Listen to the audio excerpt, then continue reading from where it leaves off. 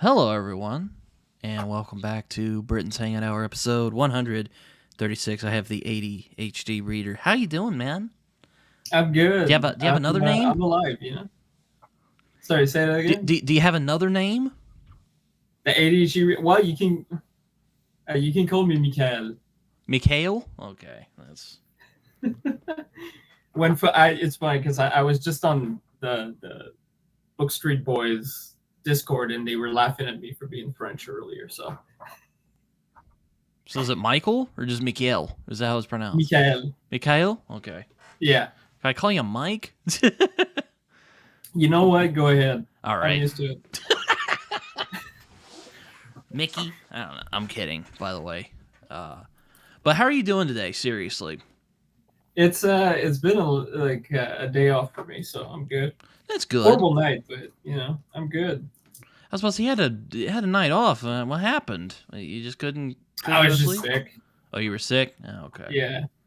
Yeah, one of those nights where you're like, oh, things are going well, and then all of a sudden you're like, nope, it's over.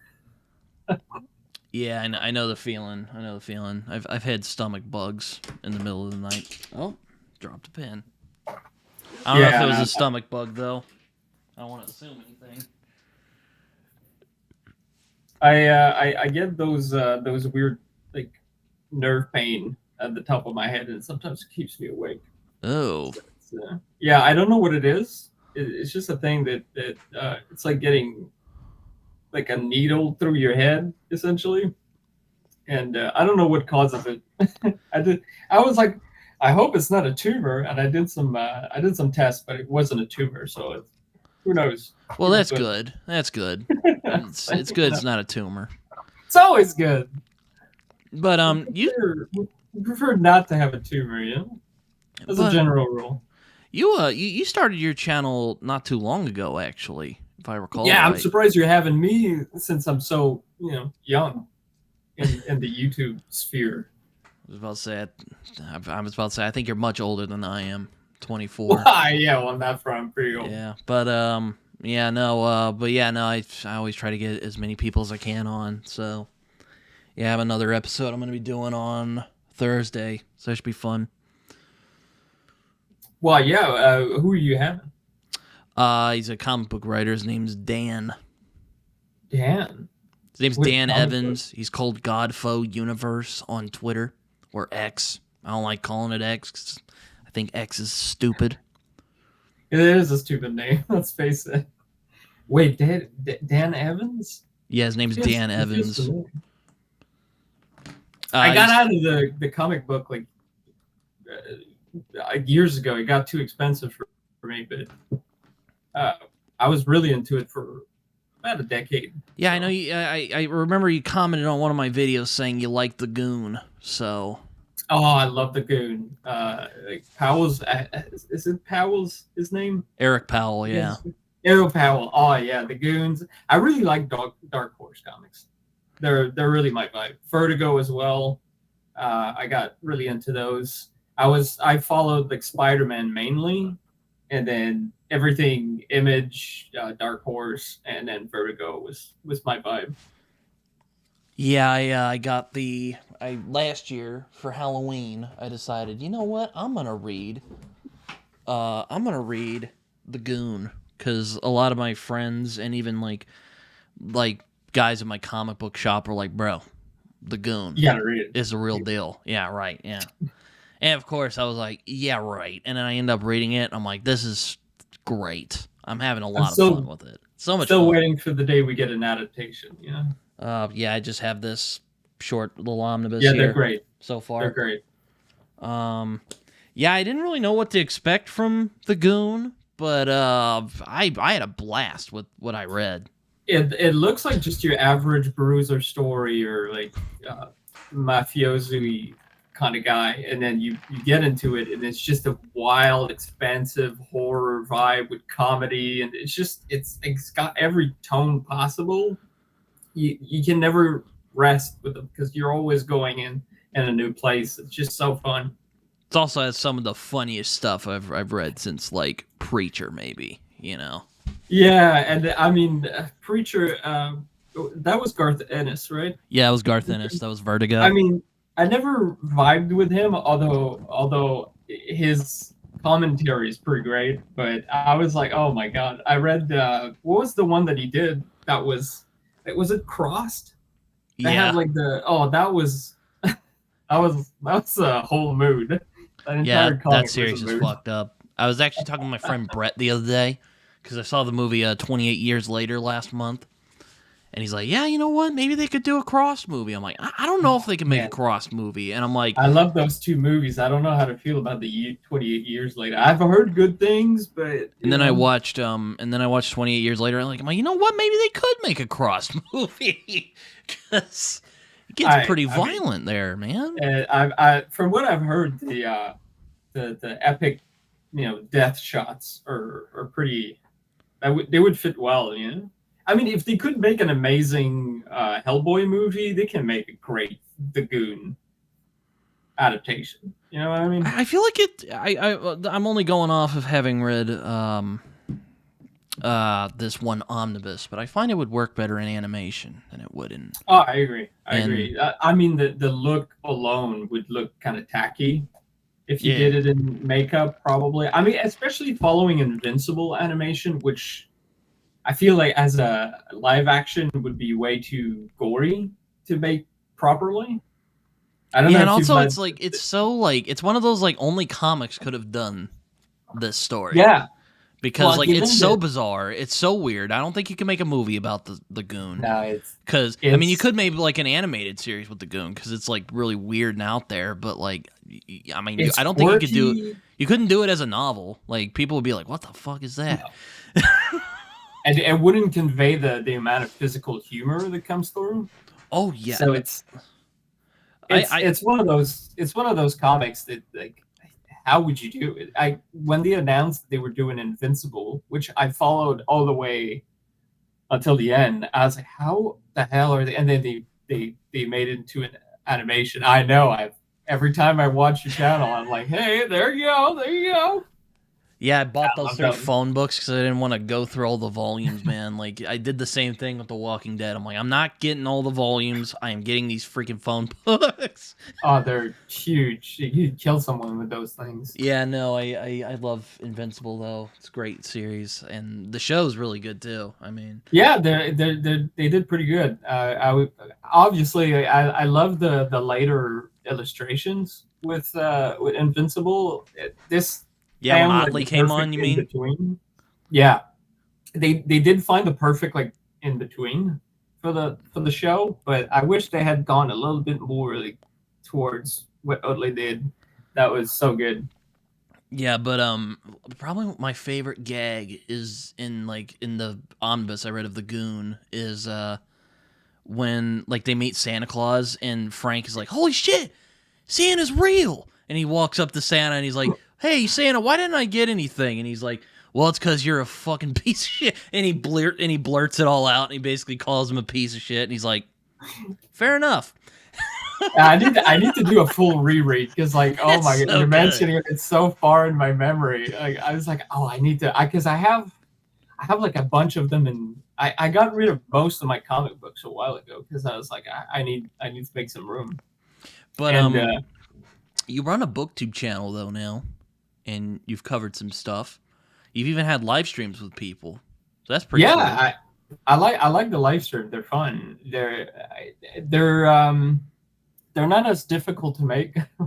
This is true. That. Yeah, I did a live stream on Sunday because I was because one of my friends does a live stream on Sundays, and he was gone, so I'm like, I'll just do it. So yeah, it's not as time consuming. Let's just say it like that because I'm working on a few videos ideas, but I'm like, oh. Geez, how do I do this in a way that looks presentable? That everybody else looks so good right now, and I'm like, oh man, I don't have any equipment, any photography or video equipment. I just have my phone and a little mic, you know.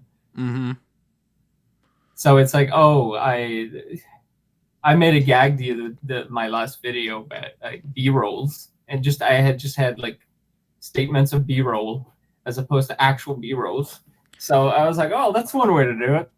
Yeah, you've talked to David and from Four Corners of the Page, who I've been trying to talk to, but he's been moving around a lot recently. Yeah, he's busy. And I got lucky. I caught him between like two big. I'm like, hey David, you want to come on my channel? And he's like, yeah. I'm like, when do you want to do that? He's like, maybe when I get to Japan. And I'm like, fine. He's there now. And he is there now. So hey David, anytime. Come on the channel. Anytime.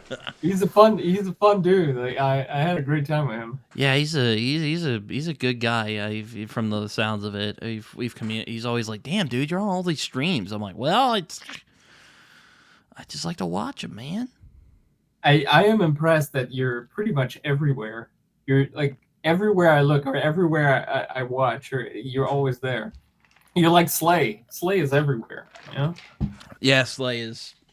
That man's a menace. Like, you know, I don't know how he does all the things he does. That man has. That is one of the most disciplined people I've ever met. That's all I gotta say. Like, it's pretty impressive. I mean, considering that he's also working full time.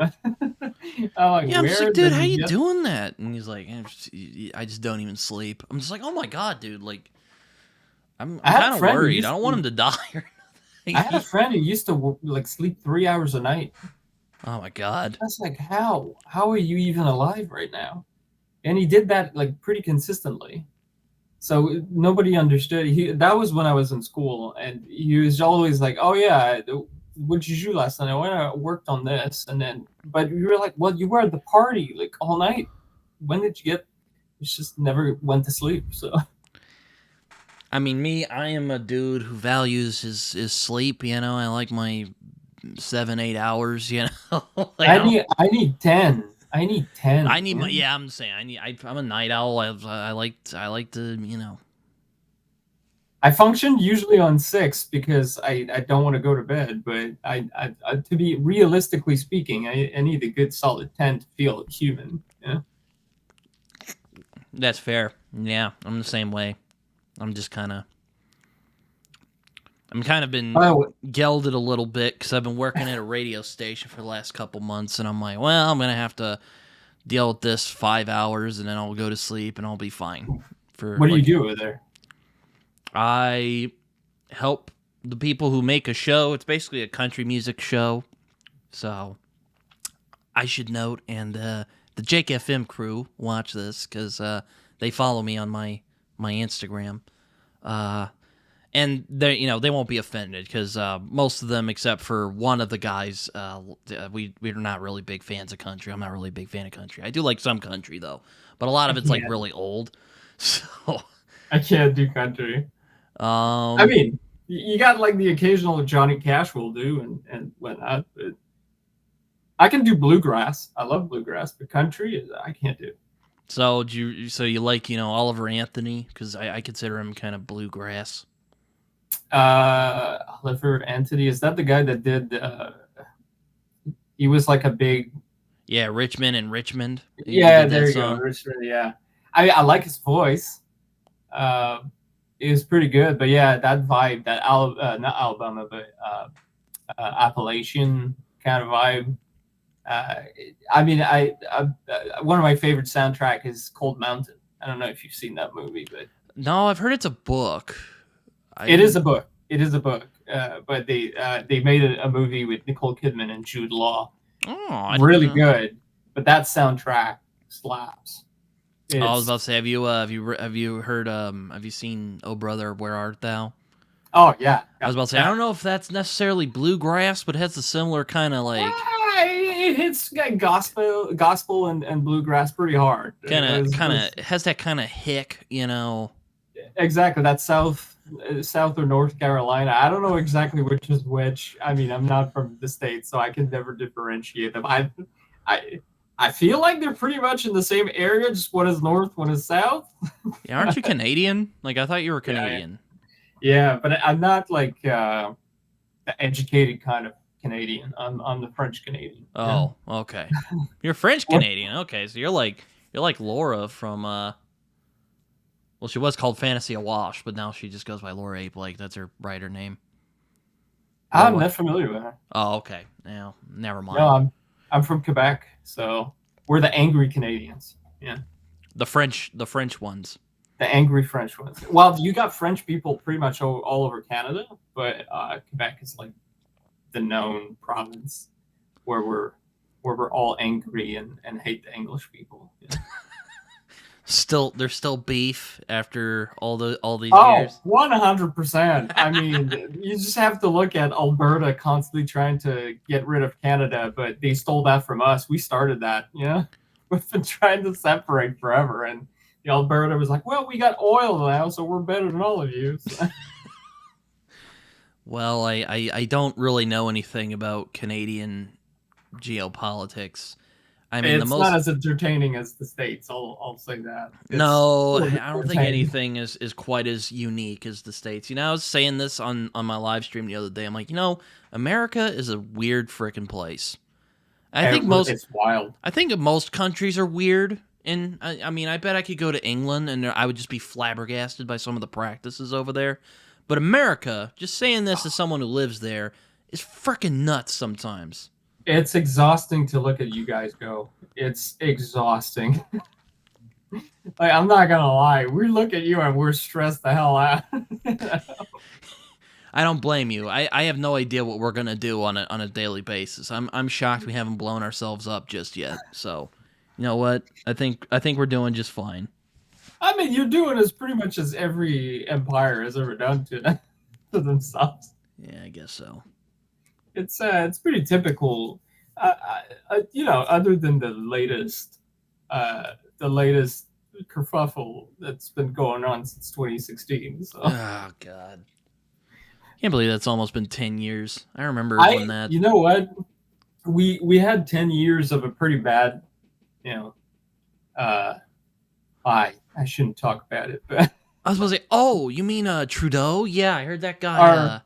I heard that guy did blackface once and basically went into hiding. No, actually, that went pretty easy for him. To be honest. God.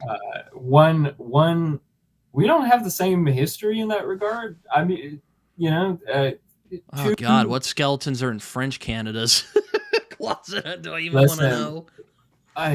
With the Trudeaus, when he was going for election the first time, I was like, oh please, let's not vote for him. Come on, guys, because I'm familiar with him. He was in politics in Quebec for a while. Oh, you guys went to college together? That's pretty cool. No. He was in school and college. I mean, in the early 2000s, but we're from the same city, Montreal, and he was in politics for a while there. So I was familiar with his whole vibe, and let's just say when he ran for prime minister, I was like, oh please, let's not do this. Wasn't his dad like a super influential Canadian leader? His dad was another prime minister. His dad was actually. Oh God, let's not get into this. Oh, okay, all right. We won't go too much into the politics. Let's get back to the books. His dad essentially sent the military to our province because we had a terrorist group. Oh no! In the 70s in our area. You have terrorists in Canada? The French Canadian, especially Quebec, has a contentious history. Oh my God! I mean, we have terrorists in America, but my God, man. Oh, listen, the 70s in particular was a bit of a. The 60s and 70s was a pretty intense time for Quebec in Canada, and it was at the height of our sovereignty movement. So you had the 70s, and I want to say it's either the 70s or the 60s, and then in the 90s you had another separatist movement that was super strong, and that's the last time we had a referendum. So we never achieved the dream, They never do for whatever reason. I mean, I read in history about Scottish, independence or Irish independence. It never works out.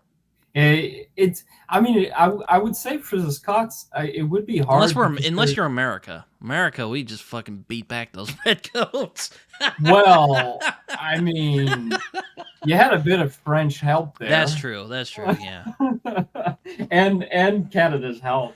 Although you tried to get us in I was about to say, yo, Canada kicked our ass a couple times. Like, yeah, a lot of people forget that. Like, we tried to invade Canada during the Revolution, that didn't work. Then we tried to invade them in the War of 1812, that didn't work either. Whenever Canada gets enrolled in a war, it never goes well for anybody that's against it. For some reason, there's something in us that I guess they get real ferocious, you know, when. And listen, I had a friend. His grandpa. I guess they get real ferocious when they get invaded. I don't know. Well, invasion will do that to you. That's true. That's true. I was about to say, I don't know if that's uniquely Canadian, but you know, it's like it's not like a switch goes off in a Canadian's head and they gotta like put down the maple syrup and go like, okay, strips off the shirt. It, so we're gonna start murdering people. We kind of asked for it, and we went there first, and then they were like, "Well, England was like, I think we want to have that," and the French decided to abandon us, so we still have a gripe against them. I'll never go away. Oh, the French! They're the French being French over there. Our favorite surrenderers. I shouldn't talk because we surrendered hard as well. No, it's yeah. I was about to say, well, it's like don't invade Canada and don't invade Russia because they'll bounce back at you. Yeah, I mean, they don't play. It's not like Canada is a very habitable and hospitable land. It's That's true. Harsh. Yeah. Yeah, you can just do what the Russians do and just pull back and just let the winter take care of the invaders. Pretty much. Just let the weather take care of everyone. Essentially what it is. That's fantastic. No, I mean, it gets cold and it gets hot. You never have an in-between in Canada. It's hot as balls or it's cold as hell. Yeah, I know. I actually played D&D with some Canadians for a while, which shout out to my D&D group, by the way. Yeah. Justin's a good dude. If you watch it. I don't know. He doesn't watch my channel, but, anyway. He's always going. I remember we would play, and he would always be like, "Dude, it's freaking hot out here." I'm like, "You're in Canada. What's it like out there?" And it's like 60 something. I'm like, "That would be nice out here." Well, right now it's about what's 40 Celsius over in the States? Oh, hell. What's 100 Fahrenheit? Let me see. What's 40 Celsius? Fahrenheit. That is equivalent to 104 degrees in Fahrenheit. That's nuts. So we get a bit of that in the summer. Oh wow, that's crazy. All right, forget I said anything because and not everywhere, but particularly I did go to Arkansas a few weeks ago that's a different kind of heat. My god, yeah, that's. I mean, we're not there yet. It's not as bad as Missouri, because Missouri, oh my god, Missouri will. For some reason, I always kill imagine somebody Missouri if you're not careful. I always imagine Missouri as this nice place like Virginia or it has beautiful scenery. It's just you don't go there during the summer because the summer. I mean, I'm not being facetious when I'm saying this. It might kill somebody if you're not careful. I mean, summer is pretty bad here, especially in the city I'm at. It's really humid, so you feel like you get 40 degrees of sweat. It's not great. It's not great.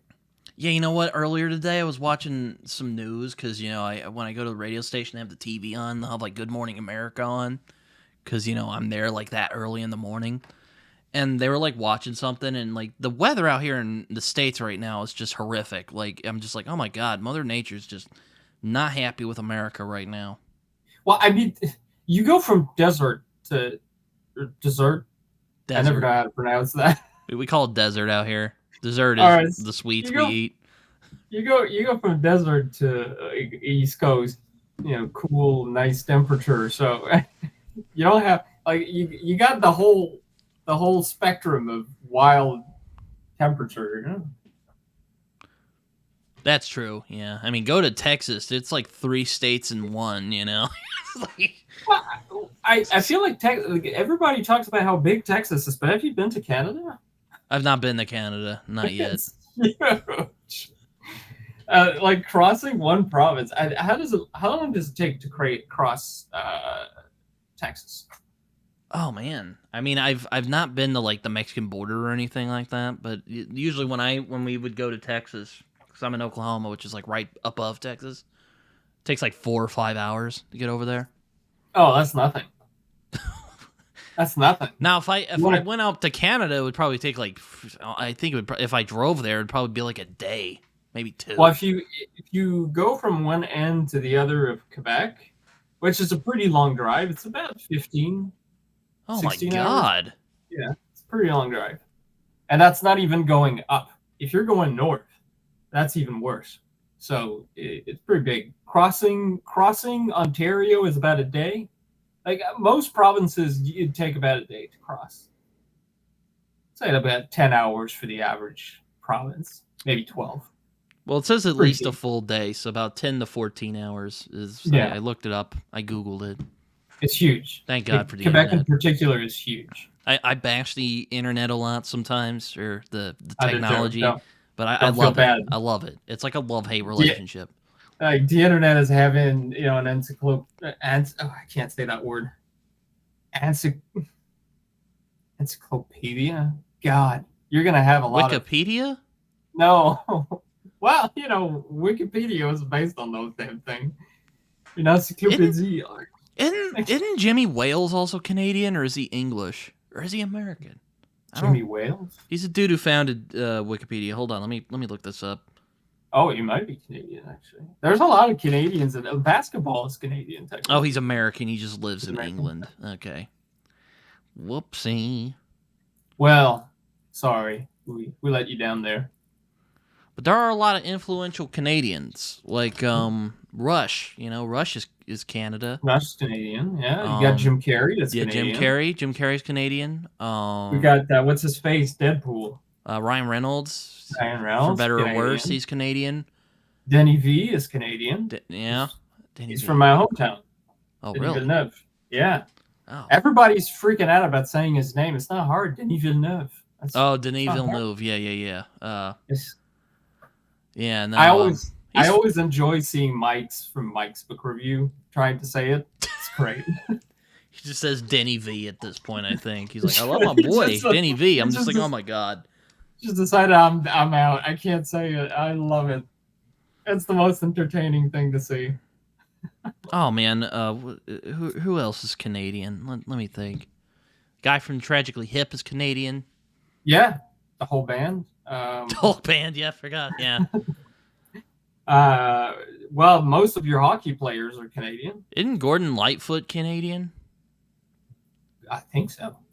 Oh God, yeah. Who is he again? He was he's a musician. I don't know him very well. I've heard of his music. Jeff Lemire is Canadian, who I'm doing. Jeff Lemire is Canadian, damn right. Yes. Proudly Canadian, I should say. Ontario Canadian. Yeah. So you have a beef with Jeff Lemire because he's from Ontario? Absolutely, he's a freaking squarehead. So basically, the English Canadians, the guys who are like the stereotypical Canadians, and then the French ones are like really mad, frustrated. So okay, Ontario's your typical like valley kind of person. The white girl accent that you hear all the time. Yeah, that would be Toronto, right? And Vancouver. But if you go to if you hear like the typical like about accent, the A, that's really the prairies. And then you have Quebecers who have the worst English accent ever known to man.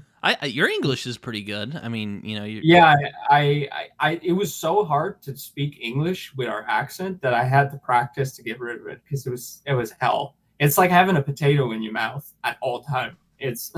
So can you this is probably going to sound stupid because you're French Canadian, but can you actually speak French? Yeah, of course. It's my first language. Oh. Well, your accent sounds really good. Thank you. Well, you know what? I used to have a phone job, and people thought I was American. But that's because I practice using American movies. So I was like, oh, I would just practice monologues and whatnot just to get rid of the accent because it's so hard. Because everything in French is in the back of your mouth and your throat, and everything English is at the front. So it's super hard to say anything. Huh. Like, saying R in English is an absolute struggle. It's a nightmare, would you say? Like, yeah, absolutely. Anything, like, because if you say R in French, it's I. It's all in the throat. I. So, like, I'm looking at your name, Britton. We'd say Britton. Britton. I like that. Britton. Sorry. So I probably offended so many French people right now. Well, you probably got one of the many accents we have. So don't feel we have so many. You got the Gatineau accent, you have the East Coast accent, you got the Middleland accent, you got the Northern accent. It's if you go to the Madeleine Isles, nobody can understand them. That's great. I guess it's like English. Like, I've seen interviews with like British people from like out in the country. It is nearly indecipherable. Like, think. Are you familiar with the Newfoundland? Everybody always laughs at the Newfies because nobody understands them. But Madeleine Isles is like 10 times worse. I've never heard of this. No. So think of the worst Scottish accent you've ever heard. Oh God. And then multiply it by 10. Yeah, I remember reading Train Spotting, and I just was thinking, like, thank God I saw the film first, because, oh my God, if I had read the book first, I would have been lost. I mean, I don't know if you've ever read the Train Spotting book. I love the movie. No, I never. I saw the movie a bunch of times, but I don't know how much of a take this is, but I actually think Train Spotting's a better junkie movie than Requiem for a Dream. Just, you know. Ooh. I don't know if that's a spicy take or not. I don't know that it's a spicy take. I would tend to agree. Oh, okay. It's a much better movie. I like the bait and switch of Train Spotting a lot more than Requiem's just like, drugs are bad. Look how bad this is.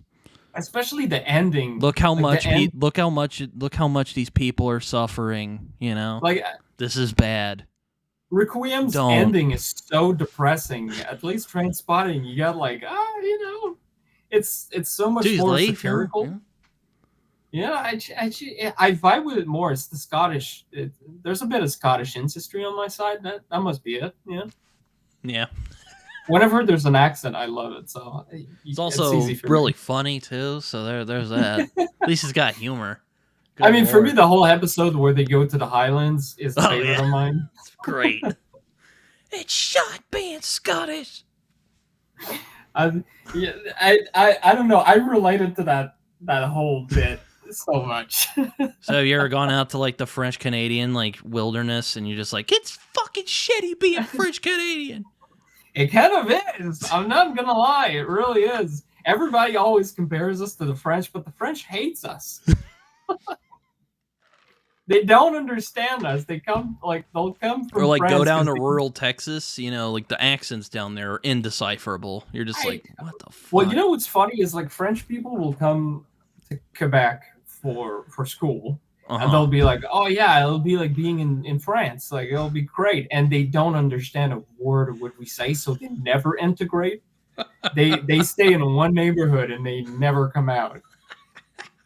It's hilarious. There was one group that comes from there's an island close to Madagascar that's called La Réunion, and isn't that a type of steak?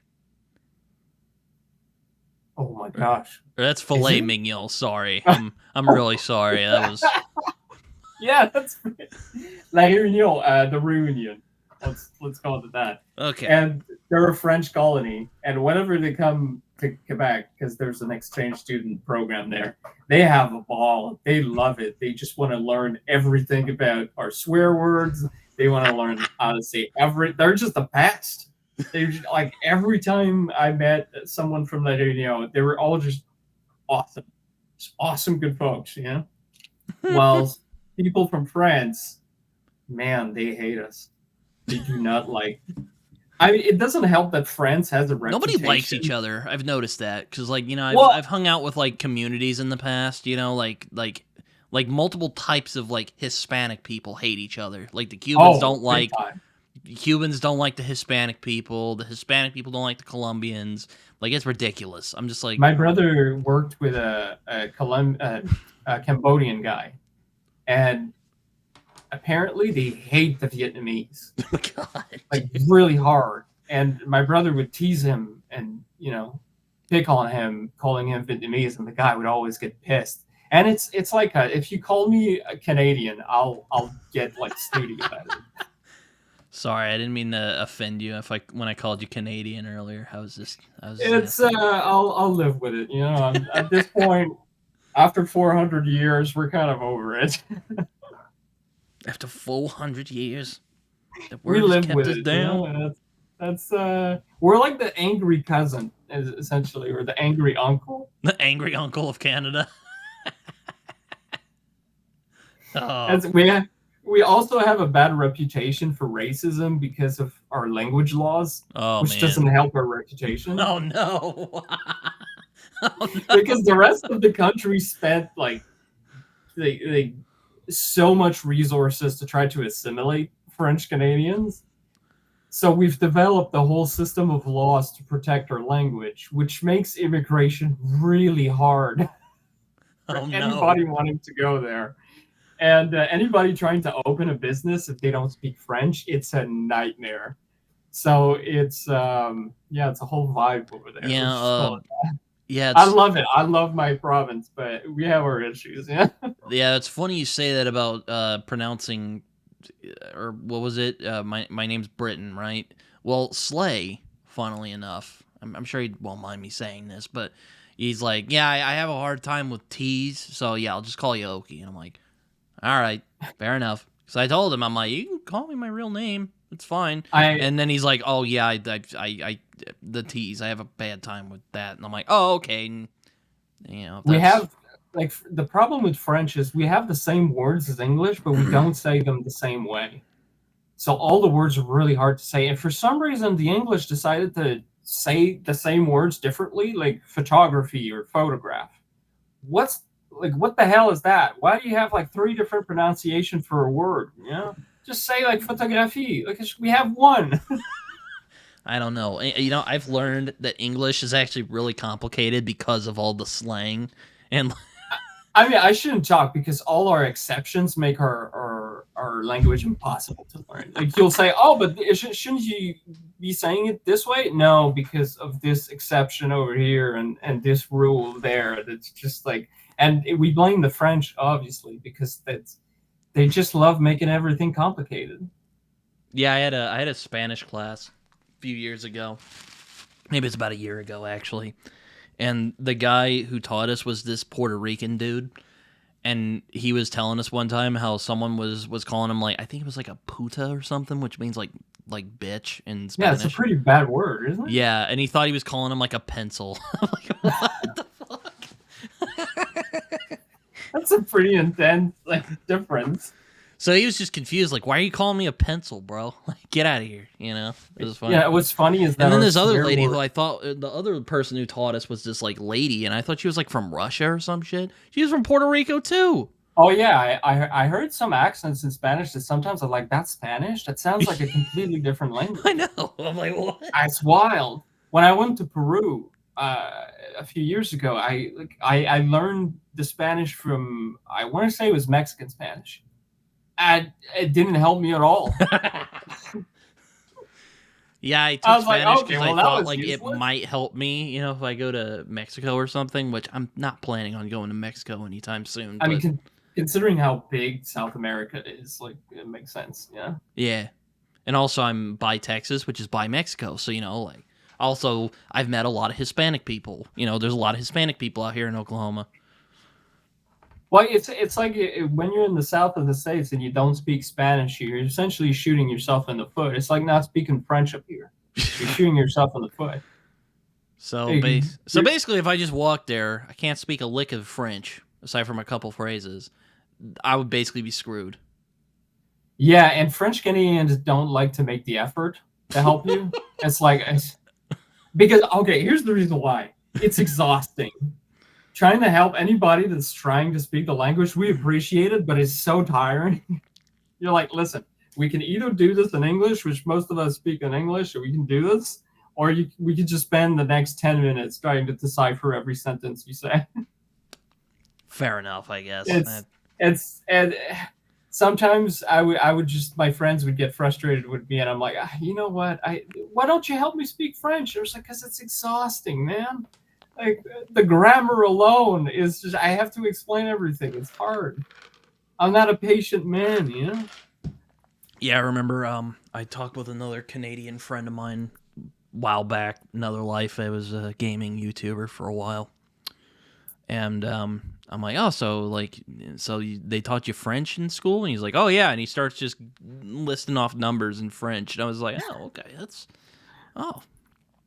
Well, you know what's funny is, like, people, I always get more mad at English people than, let's say, like, immigrants, because immigrants usually speak like 5 languages.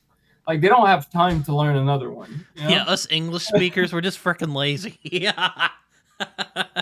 Meanwhile, like, English people will try every possible way to avoid saying things the right way. Like my name. I had this lady at some point, I'm talking to her, as I say her name, it's like, I don't understand. So, well, this. And she's like, oh, Michael. It's like, no, my name is not Michael. It's like, no, but it is. And I'm like, oh my God. Like, yeah, at first I thought when you said your name, I thought it was kind of like Mikhail, the Russian name, but... it's actually pronounced the same way. Oh, well, okay. There you go. No, it's essentially Michael in French. Thank you, GTA 5 or GTA 4. Sorry, not GTA but it's 5. pronounced the exact same way, exactly. So we even have like the umlaut in there too. So we're both sharing that. Although they usually have KH, mine is with a C, which is apparently pretty rare. So yeah, so sure a lot of people would just call you Michael by mistake, and you're just like, damn it. Oh, it drives me nuts. Oh, my God. Because there's no H in my name. Everybody always gets confused because they see my name as it shouldn't there be an H. And I'm like, dude, I'm sorry. Do I correct your name when you said Paul? Oh, would that not be like double A's? Like, oh, yeah. I've believe it or not, even though my name's Britton, which you'd think that's a pretty distinctive name, I've had people who've butchered it. Like, I've been called Brandon. I've been called Britton. I've been called Brighton. Whenever I say my name, people will like say everything else but my name. They'll say Miguel. They'll say Miguel. I've heard one guy call me like Gale. Miguel. Like just Gale. Gale. Gale. I've had people call me Jake. And I'm like, where did you get Jake in Mikhail? Like, there's 3 syllables there. How did you get Jake from this? It's a constant battle, yeah? So. Luckily, most people get it right, but I sometimes just get, like, bamboozled when someone goes, like, oh, Brighton, how are you? And I'm just like... Oh, but what's the origin of that name? Because I've never heard that name. It's the first time I see it. Britton? Oh. Yeah, I was named after a relative of mine, I guess, who, like, fought in the War of 1812, hilariously enough. I don't think he died, so, you know. But, and they decided to name you after the country they hated? I guess so. I mean, okay, so...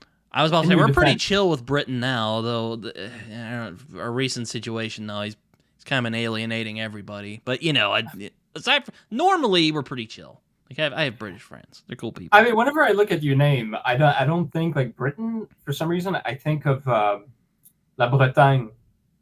It's a region of I don't know if they're technically a region of France, but it's oh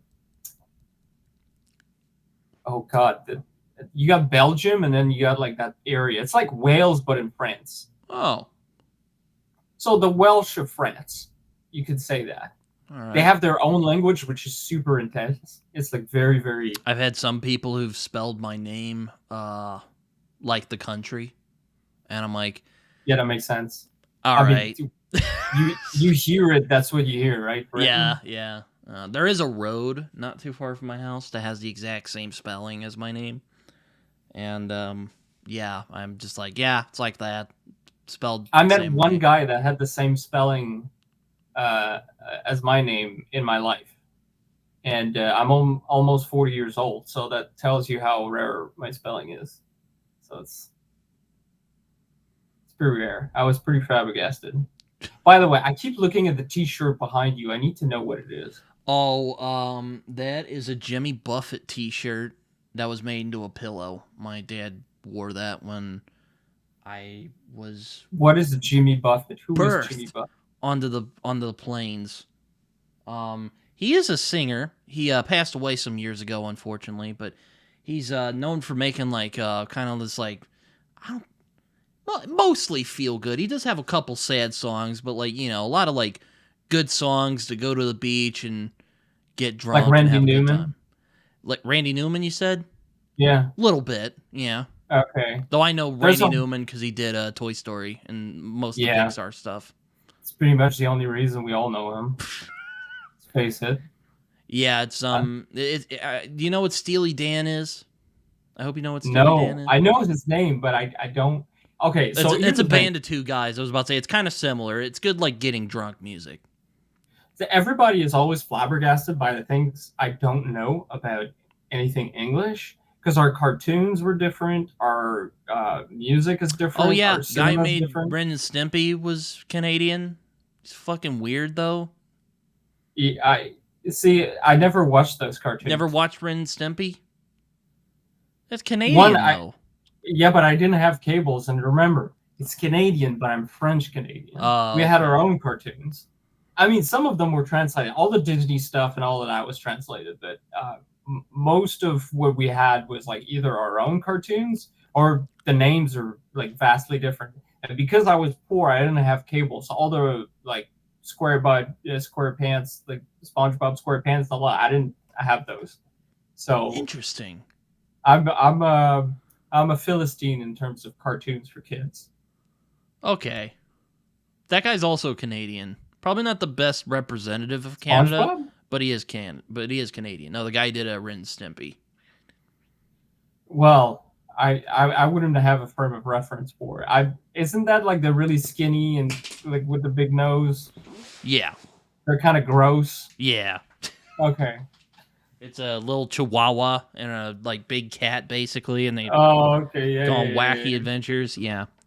I mean, I'm a little older than that. I think I don't know if that's a Gen Z kind of thing or a millennial. I'm more of the weekender, and some of the cartoons that I used to watch was like European.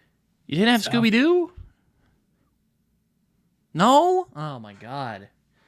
That was cable. French Canada sounds like it sucks, man. Oh no, we had great cartoons, dude. If I could say all the great cartoons we had, I mean, we had like some of the more typical ones, but you had to have cable. We had, do you know like Asterix et Obelix? No. Tintin? I've heard of the comic book, you mean? Yeah. Yeah, I've heard of that. Yeah. Okay. I've heard of the comic. I didn't know it was a TV show. Oh, yeah. They made some movies out of it. Asterix et Obelix, they made a bunch of animated movies. Oh, I have heard of that. That's a comic too. Yeah, it is. So all the I've not read either of those, but I did see the movie they made of Tintin years ago. Yeah, that was okay. I thought it was fine. Of our cultural icon. I mean, I let's face it, it was pretty entertaining as a movie, but I was like, oh, that is over the top. Like when he was riding on the H-beam with a motorcycle, I was like, that's a little extreme.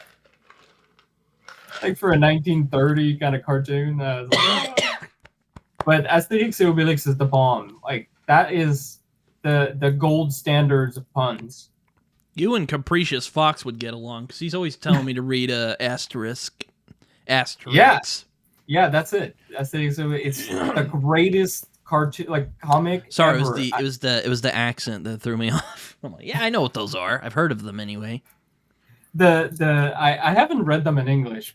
I don't know how well they translate, but every character's name is a pun essentially, and like the OG guys, the guys that started it, were amazing in playing with the language. So I don't know how well that would translate in English. I'm sure it's awful, but everything in English is awful. You're just an optimistic person today. You're just like, This I got fucking into a fight sucks. with a bunch of people on French Discord Canada about English sucks. and French. I can fighting, you know. Toronto sucks. It does. Let's face it. Let's just be objective about it. It sucks. Montreal is the ultimate city. The food is better. The people are better. The entertainment is better. And, rent is better. So, traffic is I've never god been there. awful, though. Oh, you gotta go. You've never been to Montreal? No. It's a great city. I've not been outside the pond yet. I did get invited to Canada, but I'm like, man, I want to travel a little bit more before I do something like that. That was not a good idea. If you go to one city in Canada, I would say go to Montreal because you get to experience it's changed a lot. It's not as the same way it used to be. It's not as French as it used to be, but you could always get by in English over there. But with like a combination of immigration and English people, like the language shifting with the internet, English people have an easier time now because people comes from the rest of Canada. It's easier to it's super hard to immigrate to Montreal. But if you have family in Montreal, and people usually immigrate to somewhere else, and then they go once they have their green card or become citizen, they go to Montreal. So it's but the food over there is better. All the festivals are better. So if you go to one place, go to Montreal. It's the best place. Oh yeah, Emily St. John Mandel is Canadian. Yeah, she is. Did you read Station 11? No, I've read Heather O'Neill, which is a pretty big English writer, but she's from Montreal too. Oh, I didn't know that. Yeah, I've heard of this person. She's a pretty big lit author, and I forget the names, and because I have the name in French, but Heather O'Neill. Let's see what she wrote. Let me bring it up. She wrote the capital of dreams, When We Lost Our Heads, Lullaby for Little Criminals, the Lonely Hearts Hotel. Those are a few. I've not heard of this. I'll have to check her out. Then again, I'm not very well versed in Canadian literature. I only know Jeff Lemire, Rush, and the Tragically Hip, because Jeff Lemire was doing stuff for them a few years ago. Well, those are pretty good representation. I'm not gonna lie. Are you being sarcastic? I thought you hated them. No, they're all great. Okay. I mean, Tragically Hip is a bit of a national treasure. So yeah, I was about to say that's a very Canadian thing. Sometimes I'll bring up the Tragically Hip and people just blankly stare at me for a while, and I'm like, well, okay, I guess it's more of a Canadian thing. And Jeff Lemire is just an all-around amazing author. So yes, Speaking of, how did you feel about the adaptation of Sweet Tooth? My friend and I watched the first episode, and I thought it was solid, though it was more lighthearted than the original. So lighthearted. I watched the whole thing with my wife, and I'm like, you have to read it because there is tragedy there, but I'm like, man, the comic is it gets hard. It gets pretty vicious at times.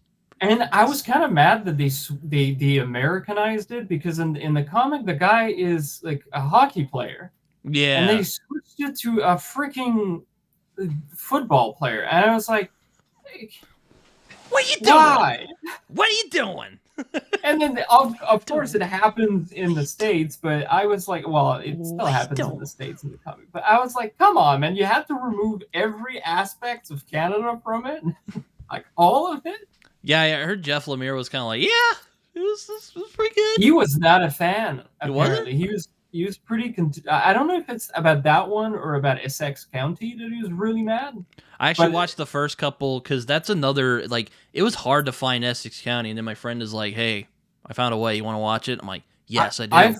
I've heard that after that one, he was like, never again. He's never letting people adapt his work.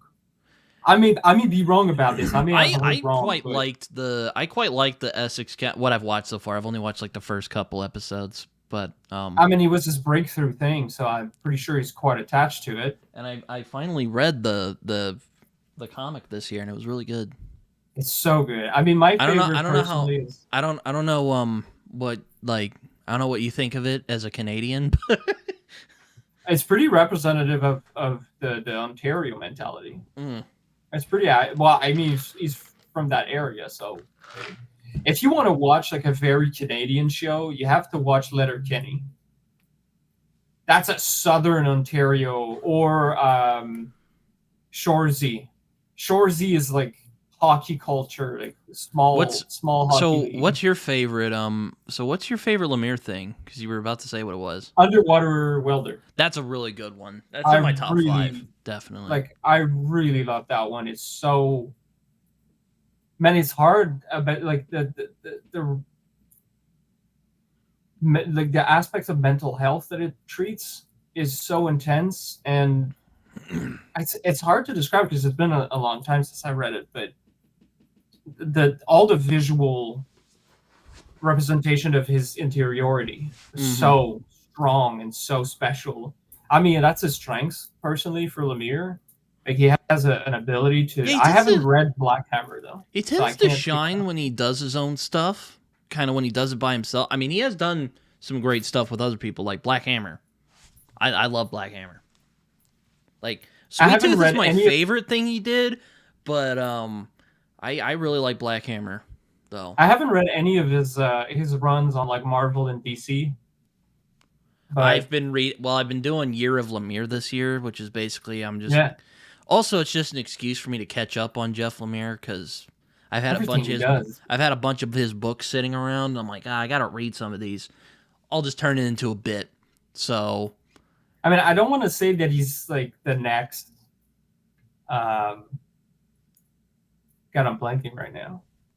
Alan Moore or the next, Frank Miller, but in terms of independent comics and in terms of like author stuff. Oh yeah, Darwin Cook is Canadian. Darwin Cook, I don't know him. Darwin Cook. I've been out of the game for a while. He was an artist. He did DC to New Frontier, which is phenomenal.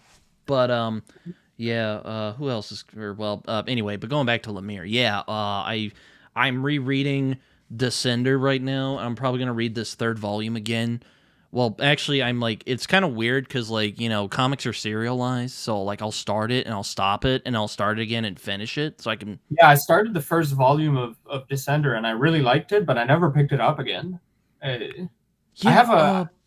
Because I depend on libraries for comics because they're so expensive up here. I mean, they're expensive everywhere, but I've seen some of the Canadian prices when I go to my local comic shop. I'm like, Jesus Christ! Yeah, it's bad. You can't buy a hardcover. Damn. You can't buy a book, like a hardcover book, for less than $40. Oh my God! Love the art though. The art in Descender is just oh my God! Like, the color palette is just amazing. And also, Jeff Lemire likes watercolor in general. I also like watercolor. So I'm like, oh my God, this is fantastic. His ink work reminded me a lot of Vagabond. I read the 1st volume of that and I got real discombobulated and I'm like, you idiot. It's a manga. You have to read it backwards. I'm like, damn it. Shit. So I have to read it again. In the wrong way? That's amazing. Yeah. Vagabond is one of my favorite. I discovered it when I was a kid. So a long time ago, around 2003, I want to say. And oh man, I fell in love with it. Like, so when you went on hiatus, I was pretty mad. I haven't read as much manga. I read some of Naoki Urasawa's stuff, so I read like Monster and Pluto. You know what? I'm pretty. I'm not very good with manga. I'm not either. Yeah. I'm very picky with manga because like I'll admit I'm not a real big anime guy. Like I think a lot of it is real goofy. But and pervy. Let's just say it like that. It's very pervy. So pervy. Oh my God. I tried to watch Danadan recently, and I was like, I'm sorry, this is a 15-year-old that's like in her like underwear right now. I can't. And we want to act like this is morally wrong.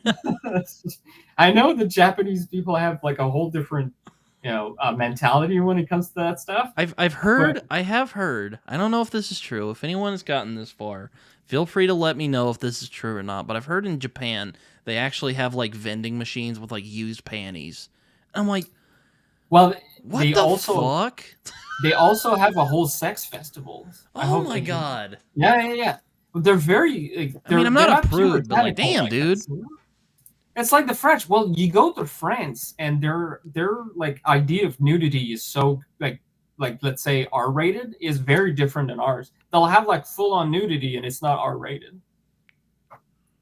Yeah, I remember watching a French movie a few years ago called "Blue Is the Warmest Color," and there's like, no.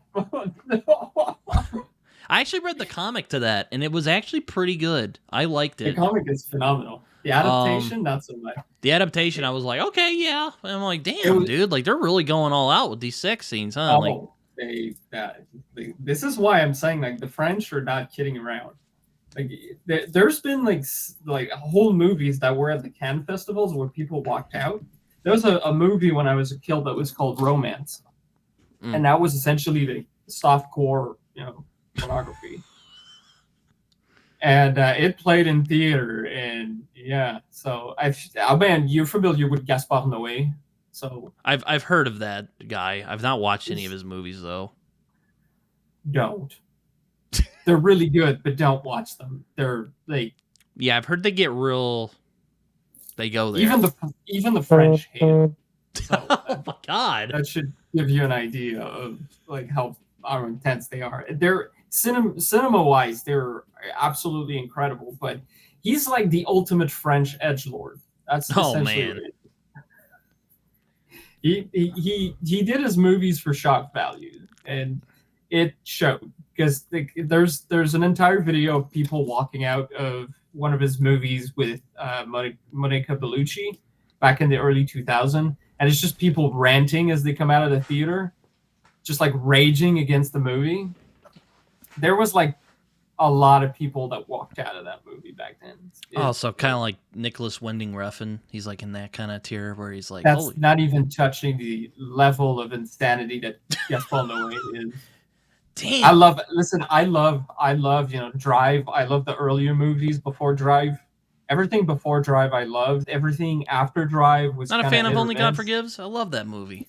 It's okay. Like it's visually it's amazing. Story wise, it's not his best work. I mean, my favorite for him is with Mads Mikkelsen, Valhalla. Is that? Oh yeah, I've heard of that. I haven't watched it. I think it's on Tubi actually.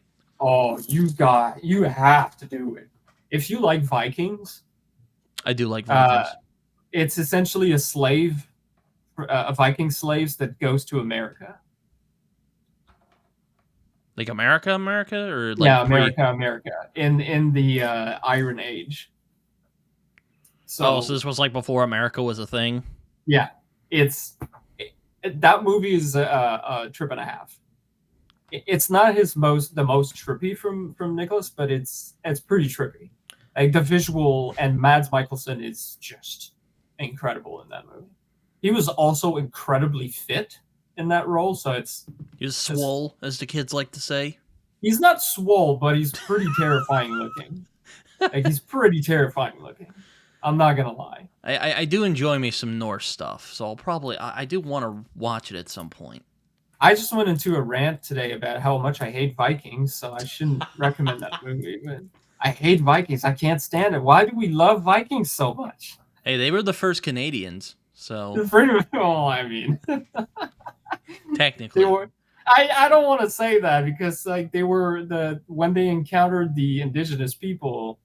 Oh yeah, I forgot about the indigenous. I always forget about the indigenous people. Always the first. 10,000 years ago. You know what, man? Like, from what I've heard, you guys didn't treat indigenous people any better than we did out here in America. Oh, no, dude. Oh. Let's not go there. Yeah, I one of the Jeff Lemire things, which Gord Downey, that's the guy's name. He did like an album called Secret Path, and Jeff Lemire did some art for it. It was based on this kid who like tried to like walk home from one of those like re-education schools, froze to death. Yeah. Really freaking sad story, right? I'll say the stories from residential schools. Man, I'm careful about what I can say online because it's not a proud part of our history. I was gonna say, is it like a touchy subject in Canada? It is, because one, it was horrific what was done to them in those schools, and like when you say like they are mass graves, like they are mass graves. Oh like, my God. Yeah. It was pretty bad, and like French Canadians have a pretty bad history as well when it comes to the Catholic Church, because most of it was done by the Catholic Church and Protestant churches. Those freaking Catholics. And in Quebec, for example, there were in the 50s. There were orphanage. The orphanages. There's a whole entire generation of orphans that are called the orphans of Duplessis. Duplessis was our minister, the main minister of, like, a governor for Quebec, and he essentially made the church into the part of, like, a bit of the head of the state. And let's just say that the stories that came out of those orphanages are pretty gruesome. And the entire, if you go to Quebec, religion is very, very badly viewed. I've referred to this in the past, but a lot of history of people calling French Canadians like racist is because they when people come and they have like it was a big thing with Islam a few years ago. Like it was very contentious because of Quebec's history, religion. So they had, like, everybody was calling out Quebec because they were, like, essentially pretty, like, intolerant of religion, and we're not as extreme as France in that regard, but you know. I thought that was only during the French Revolution that they were like, we got to throw religion out of here. No, if you go to, you can't have any kind of religious symbols at the government level. You can. It's pretty much the same in Quebec, other than like one exception, which was hotly debated. We have a crucifix in our parliament over there, because you got the Parliament of Canada, which is in Ontario, and then you have the Parliament of Quebec, which apparently is. Maybe I should split up if you have two different governments. Like, dude, it's not just the government. It's like. It's the culture. We have our own cinema. We have our own TV, our own music, our own literature, our own, like, everything is different. You go over there, it's a completely different world. And a lot of tourists hate going to Quebec because none of the signage is in English, as opposed to the rest of Canada, which is usually bilingual. Quebec is like, no, screw that. We're French, and you're going to have to deal with it. So it's, and because there was a very strong attempt to assimilate us and destroy our culture. The whole reason you have Cajun people is because of what was done in Canada. So the whole, like, Cajun comes from Acadien. So the Cajun people, the Acadiens, were people that were kicked off of Canada for being Catholic and French. And so they were given a choice. You either assimilate or you go away, and they shipped them to the States when they refused. So for a long time, for example, a unilingual French Canadian was making only 50% in terms of salary, was making 51% what a unilingual Englishman was doing. Right? We're talking like 1960. So there's like a pretty strong history of discrimination, systematic oppression, and whatnot. So we're pretty, like, we're very abrasive when it comes to it's. A lot of people will try to compare it to, like, Black people in the States, and that's, like, not a comparison that I like to make because it's so different.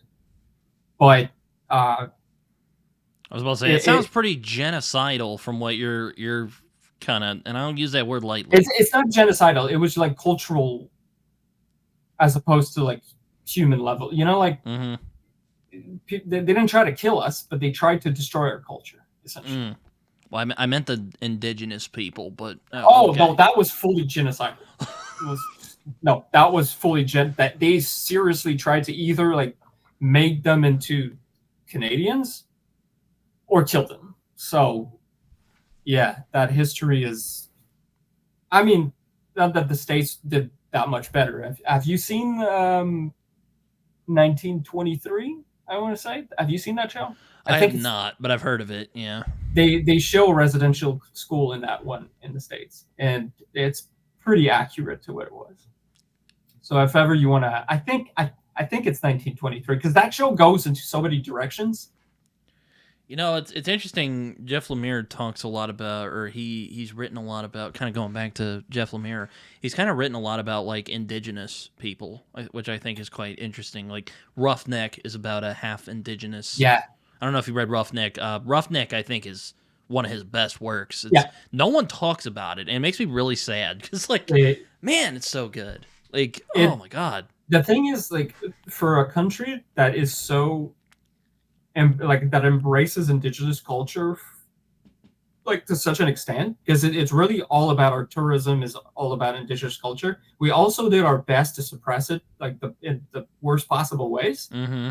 And Ontario, where Jeff Lemire comes from, there's a huge group of people that we call Métis, which is essentially children. It's a whole culture in itself of people who were children of white people and indigenous people that were sort of abandoned, and then usually indigenous people raised them. So Alberta and Ontario has a huge, like, you know, like you said, like like 50% indigenous, like kind of upbringing and whatnot. So, but usually they were the I don't want to say it like that because don't have a better word in mind. But they were like the leftovers that people got rid of. Oh, because they were biracial. So, yeah. I mean, you can. I don't know who had it worse, to be honest, with indigenous. When you look at the history of the states, you look at African Americans and indigenous people, and you're like, I mean, they both had, like, you can't, you know, it's like trying to compare it to that. It's impossible because they both had like different. So it's hard to even approach those subjects without being truthful or like fatalistic about it. Yeah, so when you have, I mean, every country has a sordid history of some sort. I've learned as I've grown up and read history. Yeah, which is why I love like works like Shoresy. If ever you want to watch a funny comedy show about hockey, Shoresy is the way to go. All right, but it has the same kind of vibe of embracing indigenous culture and the way it mixes with the rest of the population and the culture of the country. So, like, give it a go. It's really it'll give you. Oh, sorry. Finish. Yeah, I was just gonna say it gives you a vibe of the sort of relationships that indigenous people have with white people.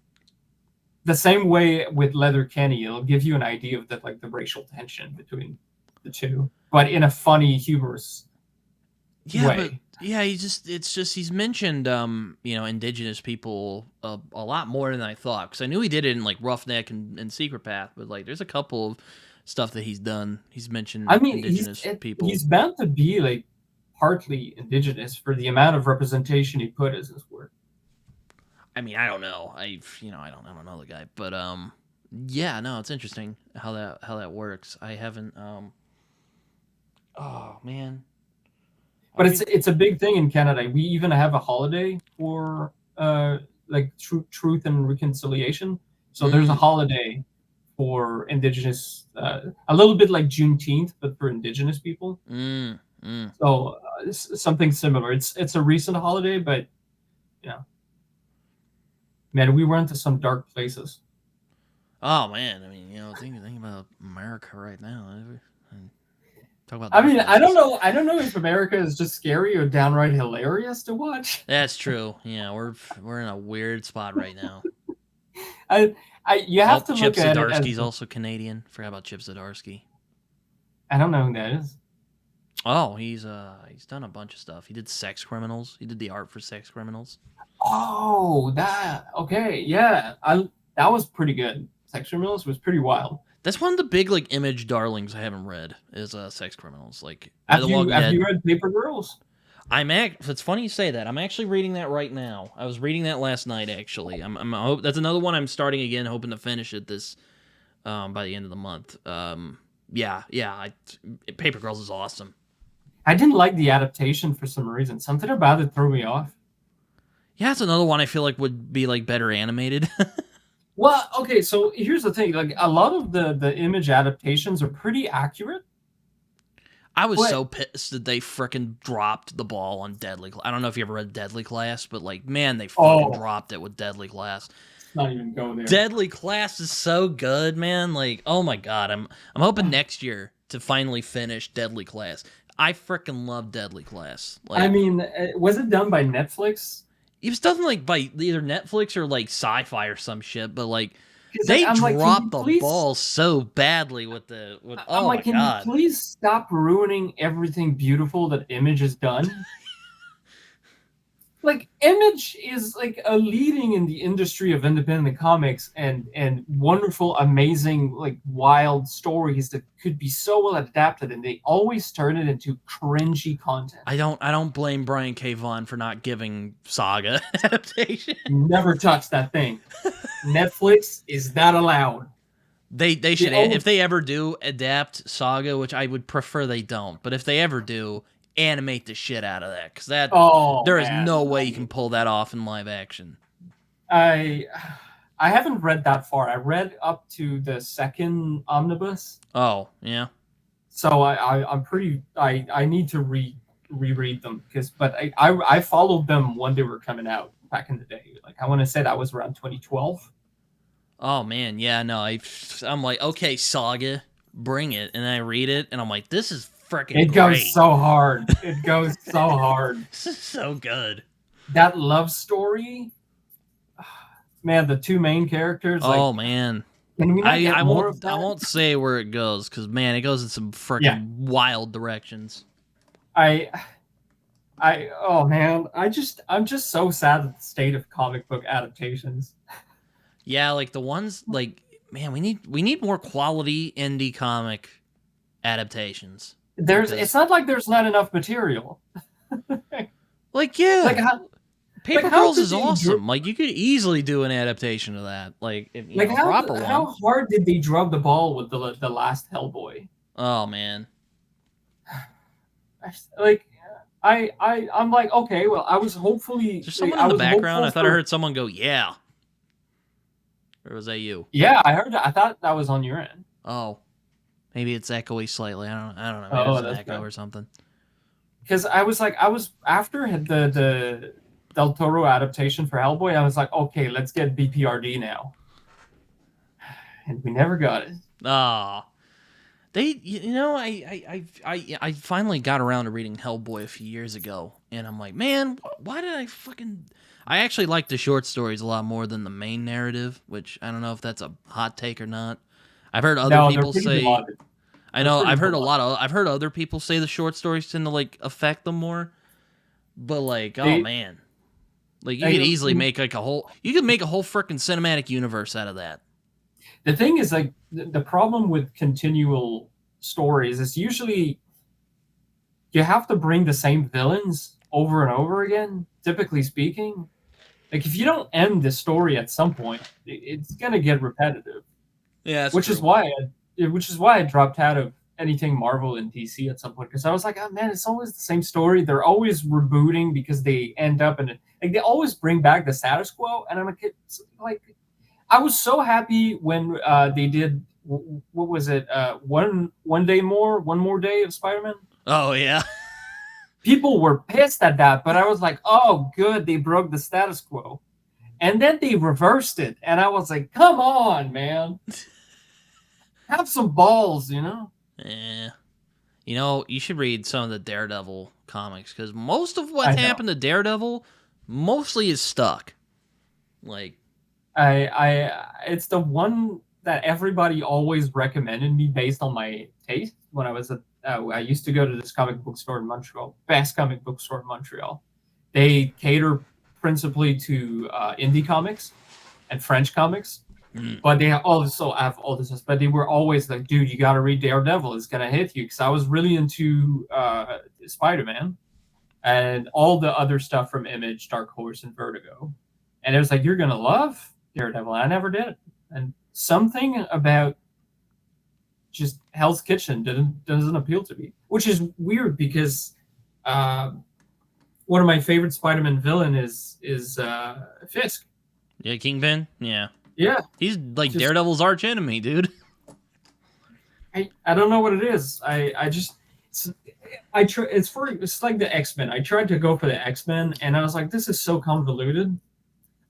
I would probably there are a couple runs I would recommend. That's generally how I deal with comics now. That's generally how I deal with like superheroes. I try to pay attention to like particular runs, arcs, and aside from just like following. Well, the whole House of M and like the whole era was so good.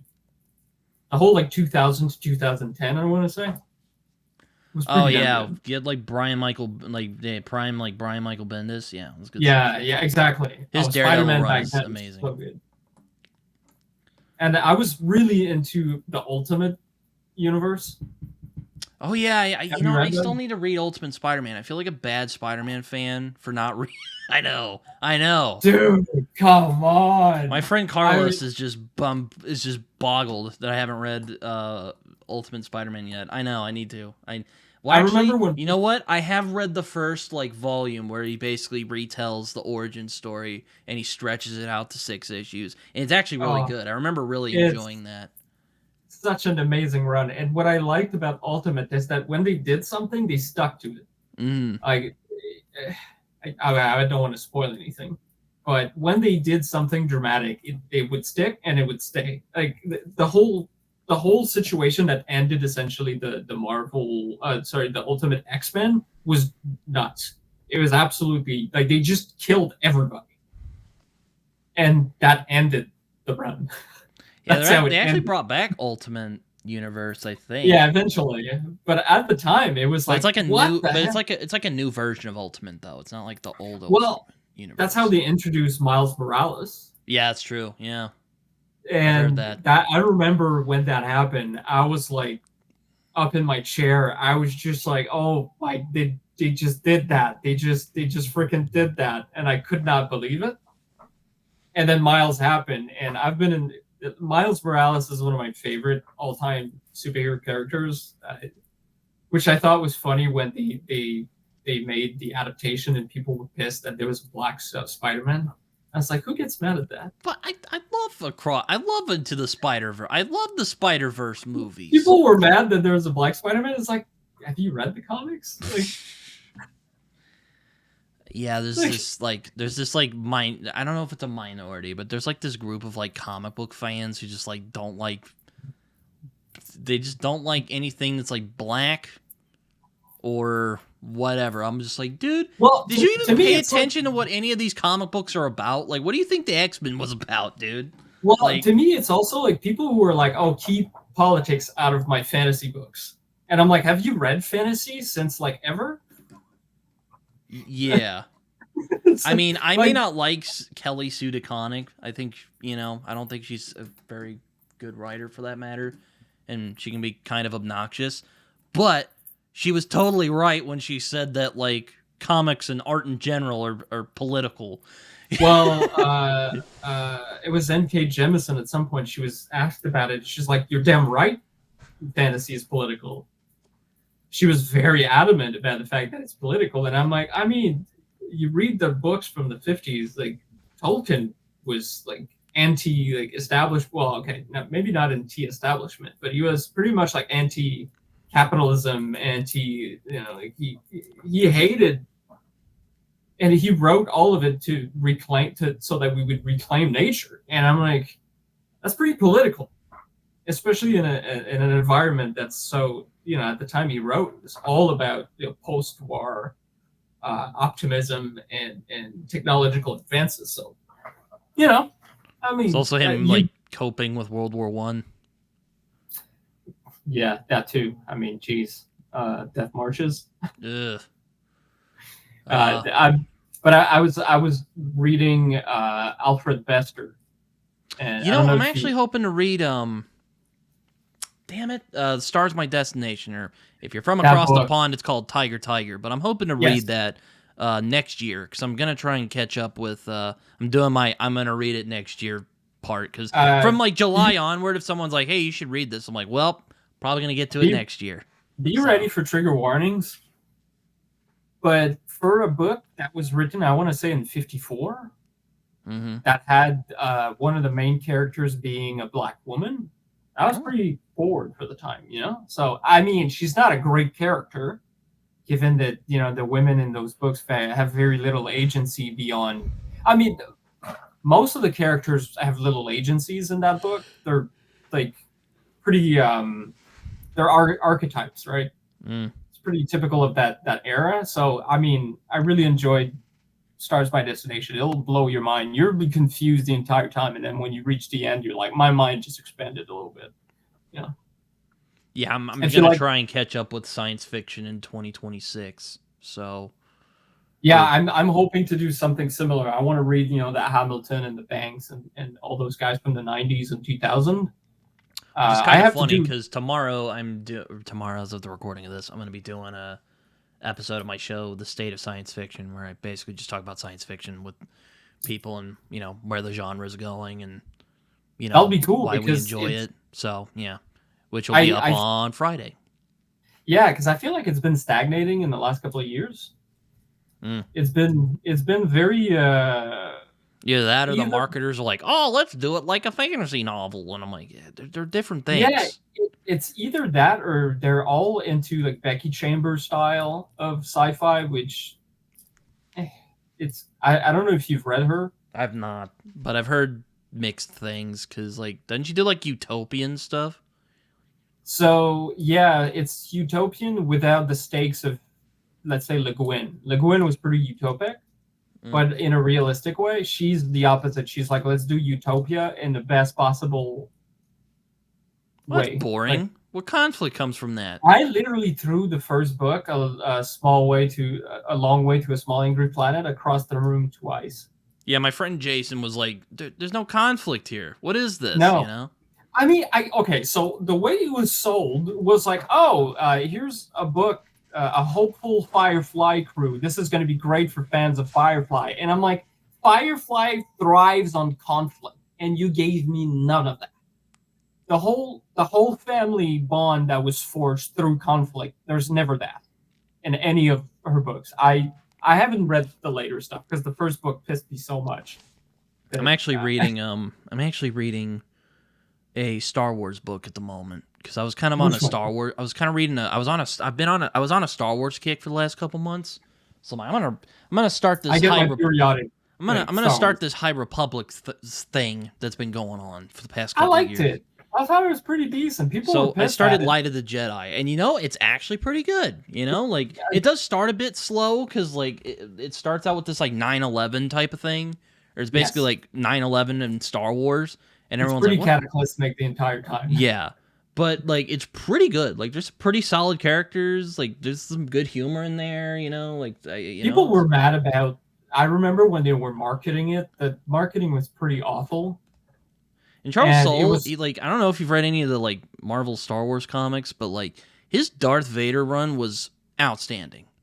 Are we talking about the Disney Darth Vader stuff? Yeah. Yeah, Marvel. That was phenomenal. And everyone's like, well, yeah, I want this. And I'm like, you know what? Quit fucking bitching, all right? Like, go read it. I'm not, like, the biggest fan of the High Republic stuff, but there's a couple of times where I was rolling my eyes. But for the most part, the concepts are really cool. We're getting a chance of seeing pretty wild stuff, given that it's, like, the high point of the Jedi Order. Yeah, but there's still like conflict, you know, like the Nihil are fun villains, you know. Dude, they kind of broke the status quo of Star Wars. Does it break the lore a little bit? Sure, it definitely does. Disney promised us that they would keep a consistent lore, and they've done none of that. But you know, I've been debating with my friend Alex because he's a big like Legends fan. He's like, oh yeah, Legends all the way, and I'm like, dude. But Legends is super trash. Let's just face it. Legends is real convoluted. Like, look, I get Disney. I get the Disney Star Wars is not perfect. All right, like I get, but like Dark Disciples. Come on. But at Excellent story. But at least there is it is more contained. Like like it's more coherent on what like the Force is. It's not just like fucking anime shit, You know, sorry, Alex, if you really watched it. embraced the midichlorian. You know, they had to.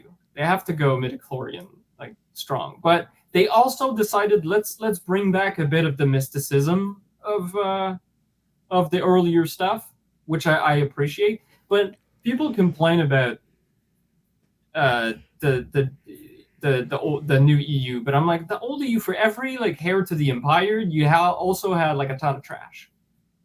Like so much trash. You can't have like 650 novels and be all bangers. Yeah, exactly. They broke the continuity all the time.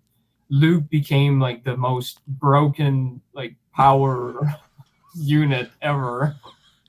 Like, I remember people got mad at Palpatine returning. I'm like, well, don't read the EU then, because he comes back after like 5 years. Don't read Heir to the Empire. You're gonna hate it. But okay, but in Timothy Zahn's defense, I really like the Thrawn novels though. Like, I mean, come on, I read I haven't read the canon Thrawn novels yet, but I do love the original. Like, I have to agree with Mike. Like, if those had been the other 3 movies, like, I wouldn't have minded that. That would have been amazing. I wouldn't have minded that. I would have liked that a lot. Well, first, Thrawn is one of the best creation that they've done outside of, I want to say Ahsoka. People hate Ahsoka, but I think she's, like, just great. I think people love Ahsoka now. Well, okay. I think they're getting tired of Ahsoka because, like, Dave Filoni's just shooting her in a lot of stuff. Yeah, he's essentially making her into the new, like, Luke, which... I don't get me wrong. I love Ahsoka. I do think she's overexposed, though. I'll give them that. But yeah, and Ahsoka, the show was pretty terrible. What they did to Thrawn, especially after the new novels that were pretty damn good. Like Timothy Zahn wrote them. I think the first. Yeah. That's why I want to read them, because I really love Timothy Zahn stuff. It's some of the best canon stuff. Like, you have your Dark Disciples, you have like all those novels. Some of the High Republic stuff is very good. The new villains are pretty good. Like, there's decent, like, really good stuff that people are not giving it a chance because of Disney. And I'm like, well, let's just face it, Disney has taken over, and you just gotta accept it, move on, or keep what you love in your life and just pick the best stuff. You know, I'm reading Light of the Jedi. Like, I'm not saying it's like, you know, capital L literature, all right? I'm not saying that. But it's good. Like, I like it. They go to interesting places, I'll say that. Like, yeah, like the Nihil are fun villains. Like, there's some good characters. I like the Jedi characters. In all honesty, stories. I could just, I mean, I the only kind of gripe is that I kind of wish that it was a little more, like, succinct. Like, I would just love a Loden and Bell book where they're just hanging out and going on adventures. Like, that would be great. I would read those. Yeah, but you know, I get this is a big story, so I'm not, like, complaining too much, but, like, I'm like, oh, these 2 guys are great. I love these characters. I want to watch them. And then it goes to, like, some other character. I'm just like, damn it. I was pretty pumped when I started High Republic. I was like, oh, let's go. But then you realize really quickly that you have to read the kids' books and the comics.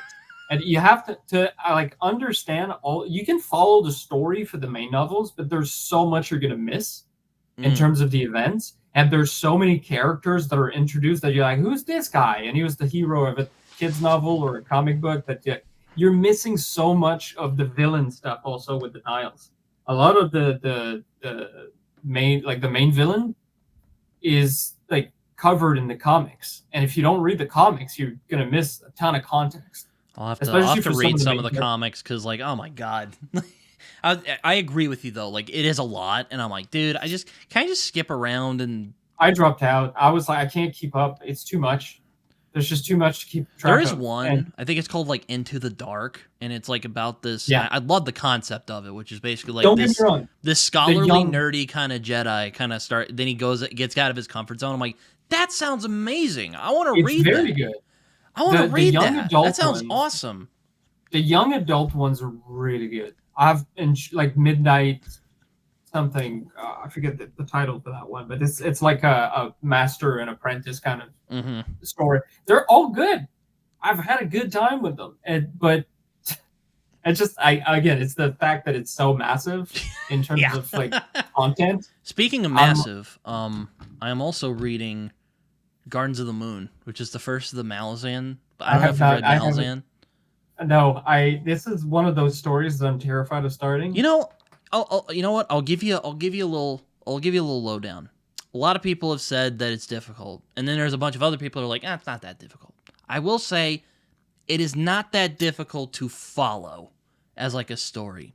Yeah, but I will say, kind of like what you were saying, like it's a lot. He throws like he's throwing like 30 characters at you already, and you're like, what the fuck is going on here? Like, and you're like, oh, I like this character, and then oh, well, that's over.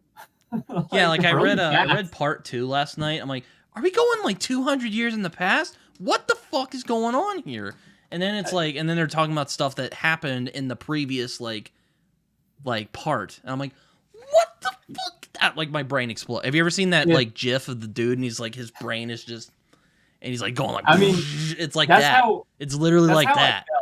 That's how I felt reading the first few chapters, because I was like, I'll get situated, see if I'm gonna like it, and I did like it, but I was like, ooh, I'm not ready for that yet. And then recently I was like, maybe I should start it, and then I started reading Mercy, Tears of the Fallen, and I'm crying. Like, you're crying? What happened? Chance is beating my brain in. Oh, well, you know, that's kind of, I got that book right here, actually, because he was kind enough to send a advanced review copy.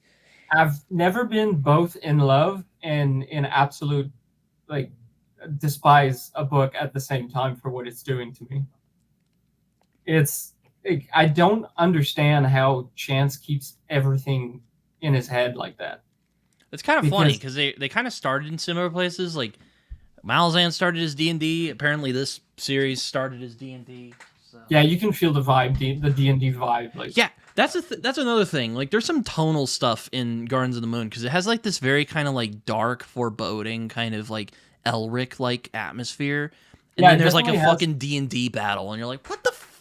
What is this? It definitely has the. Do I hate the book? No, it sounds like I don't like this book. I'm having fun with it, but like, holy shit, man.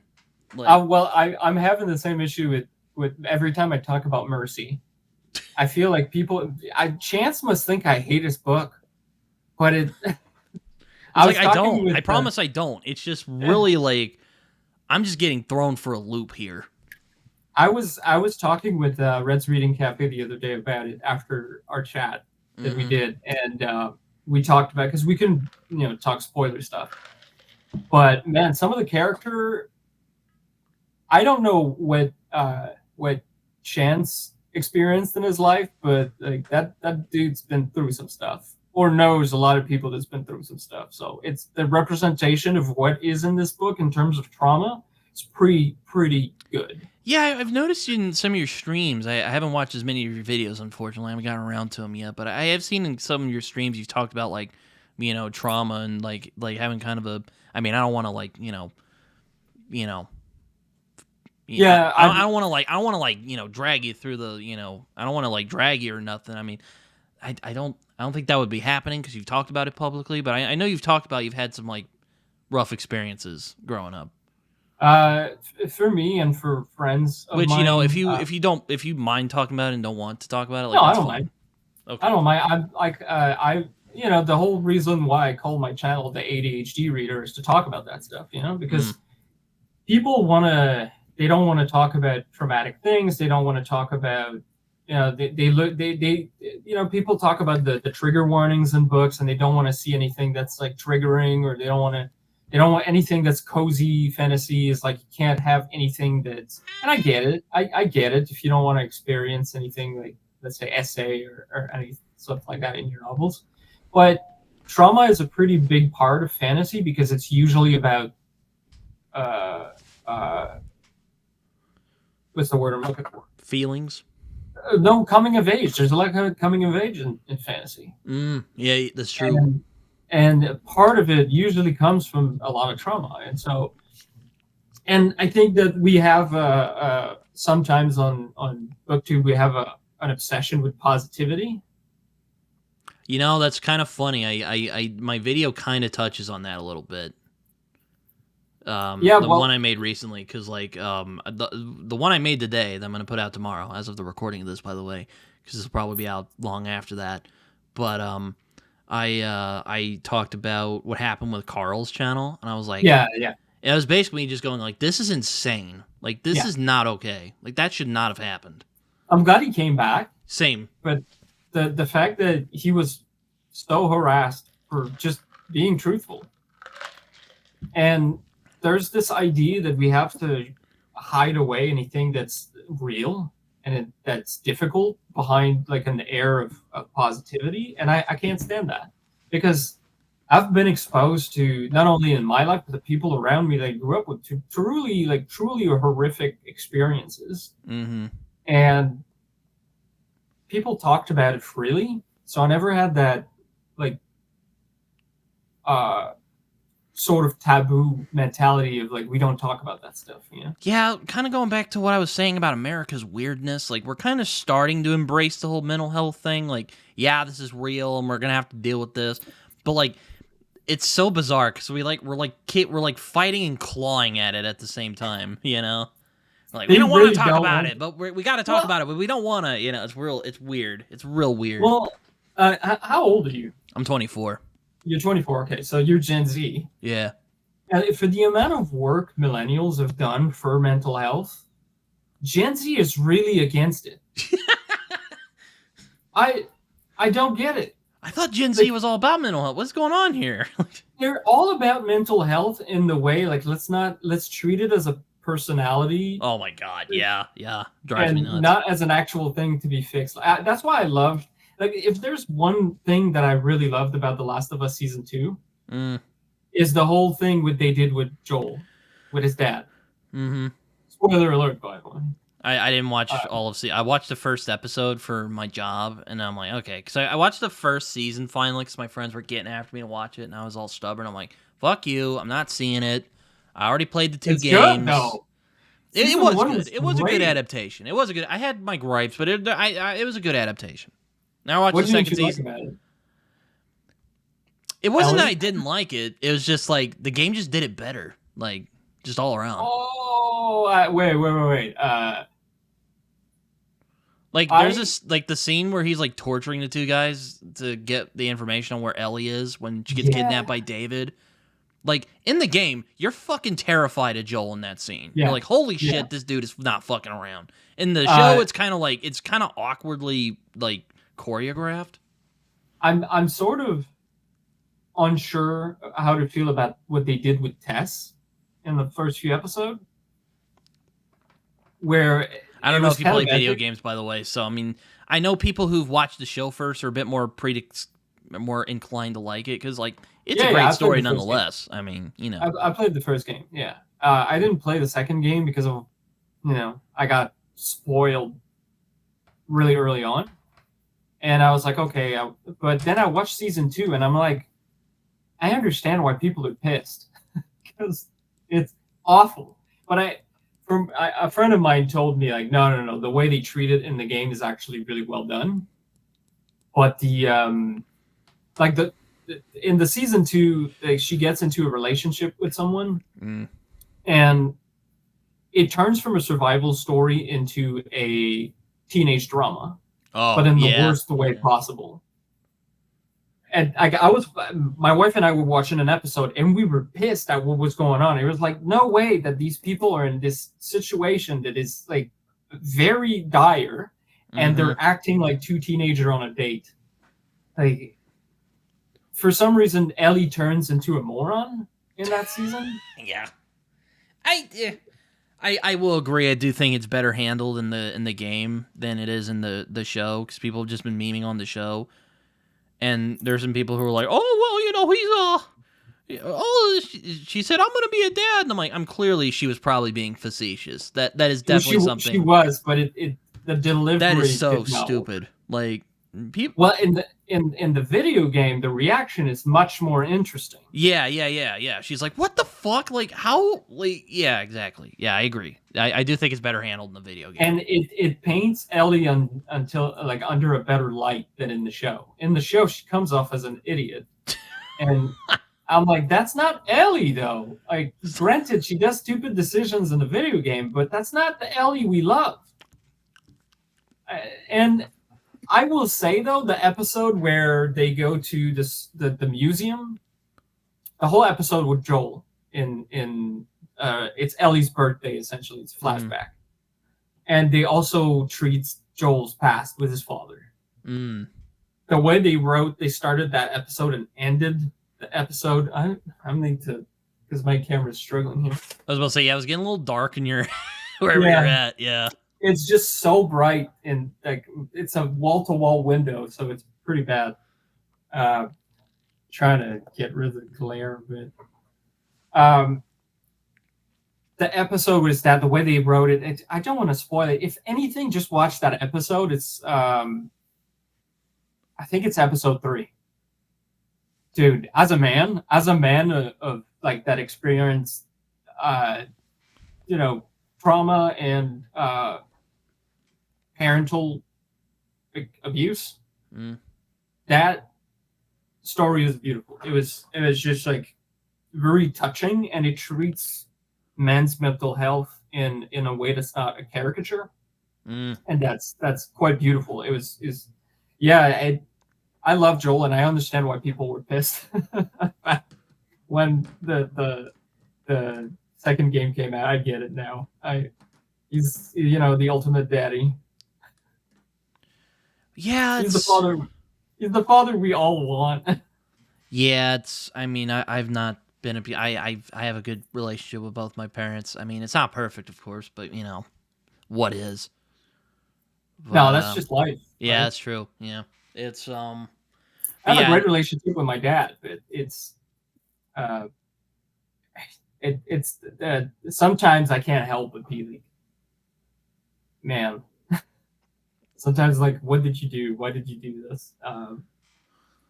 I understand why you did. I don't want to talk too much about it because we're going to talk about it when I do a chat with a bunch of people about the road. And it helped me come to terms with a lot of stuff, that book. I mean, I made a post recently. Well, not recently. It was about a month ago now. And because apparently it's Mental Health Month in May. So I was like, you know what? I don't really like... I don't... Men's health. Yeah, it's basically like Men's Mental Health Month, and I'm like, you know what? I don't really like talking about it because, it was a dark period in my life, and I don't like reliving it all that much. But I'm like, you know what? If I can help people, and be like, you know what? Yeah, like this happened to me, like I'll do it. So I shared basically help. Yeah, the post that you mentioned, I think I remember that post. Yeah, it was. I shared a photo of myself. Yes, and it was, I remember the post now. Yeah, and it was during probably the worst period of my life. I'll just say that. And luckily, a lot of people really liked it. So I was kind of like, oh god, it's just even the place, I was just like, oh man. But no, people were very supportive. Luckily. I liked the reaction that people had, and I think that if more people came out with it, it would be a little easier to approach the subject without people rolling their eyes at it. And there was a couple comments I got that were just gut-wrenching. Like, there was this lady who commented, and she was, and she talked about how her son committed suicide, died by suicide. That's how you describe it. I'm just like, Jesus. Like, oh, man. Like, yeah, there was a couple that were just really, which, I mean... Hopefully, I'm not gonna name that person, but like that, there was some dark shit in that comment section. Well, we had suicides in my dad's side of the family. My mom lost her brother to an accident. There's been a ton of alcoholism in our family. A lot of friends, killed themselves. Not necessarily super close to me, but people that I know, and people like. There's a lot of pain there, and the older you get, the more you see it.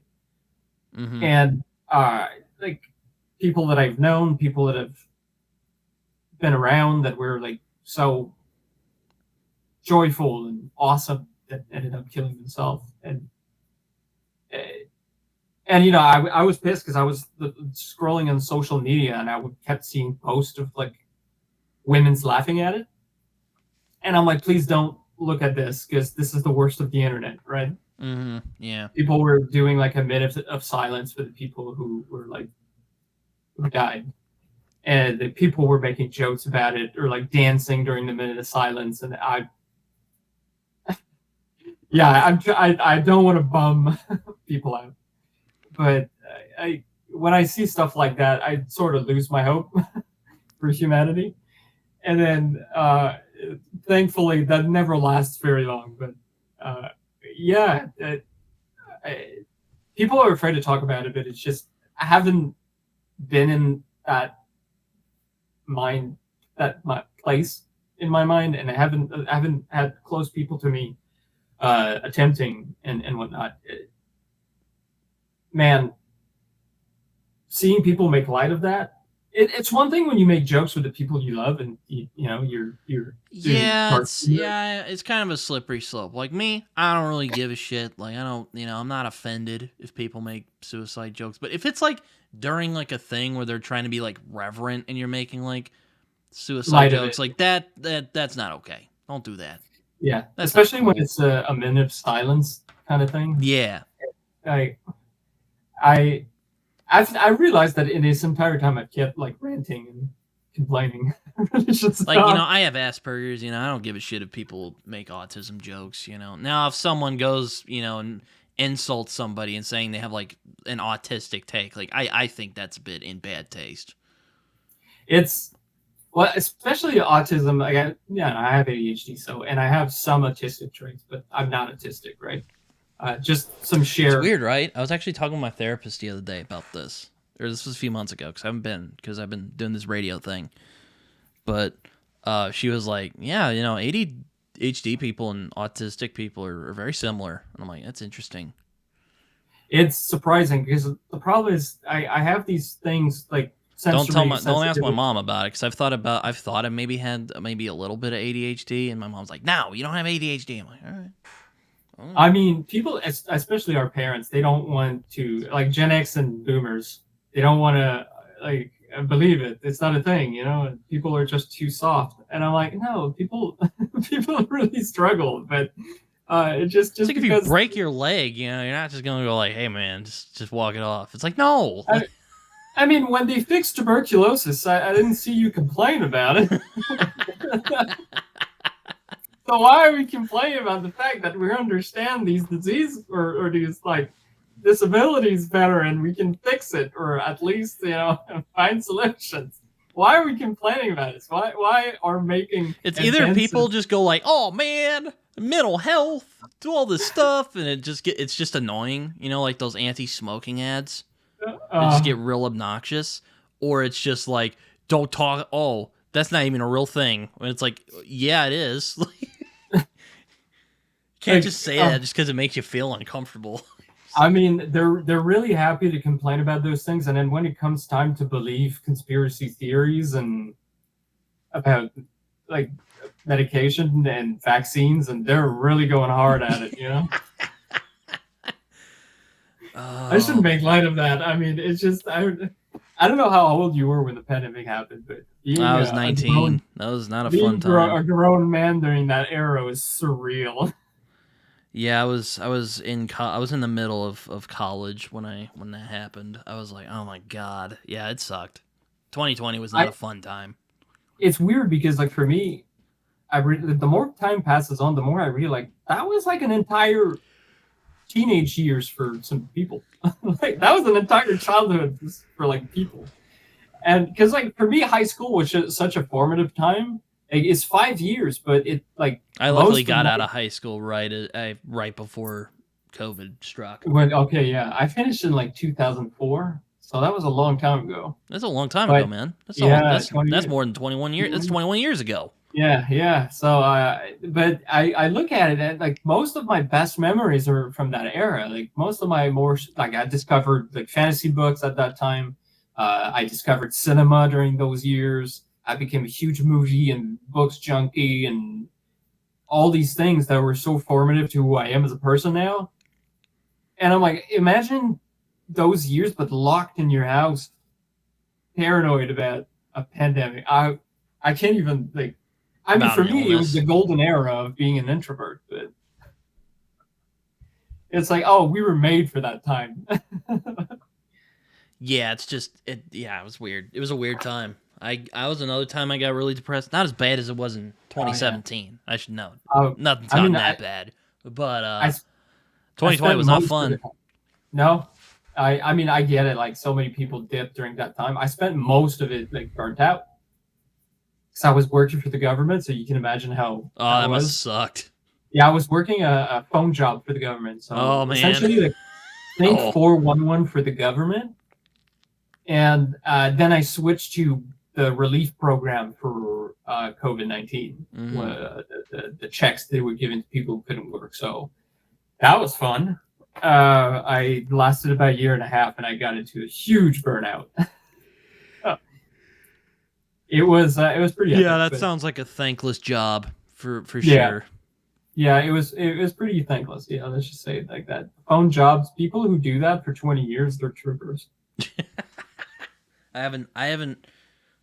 haven't watched. I mean, I've been to DMVs and it's painful. I don't,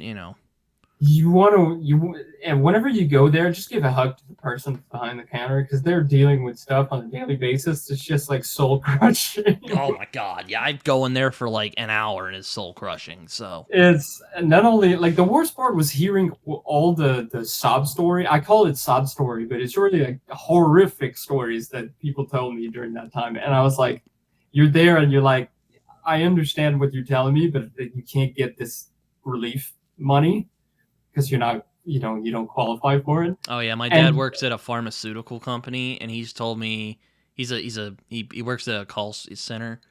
He deals all the phones and stuff. He's telling me how people are trying to like rip AIDS medicine off from him. I'm like, who the fuck would steal AIDS medicine? And he's like, these people did. All right, that's all I gotta say. I'm like, well, I mean, I don't know if anyone's tried to rip AIDS medicine off of you, but like, it's pretty freaking crazy. I forget when it was, but at some point that was during the pandemic. You know, the guy that made a huge scandal, like the scapegoat for all the pharmaceutical reps that essentially sold insulin for like $750. Oh What was his yeah, name? Do you remember? I can't remember the name. But man, they did a documentary on him, and that was something. That was pretty wild. I mean, as like someone with diabetes, I would not want to be American. But yeah, you read The Road, huh? What you think of that? Yeah, I don't understand people who diss on it. I just don't get it. What my friend Zach did. My friend, his name is Zachary Shea. He's on YouTube. He didn't like The Road. I was like, man, like that sucks, bro. Like, sometimes I hear people calling it pretentious, as I'm like, yeah, you clearly have not read pretentious books. This is not pretentious.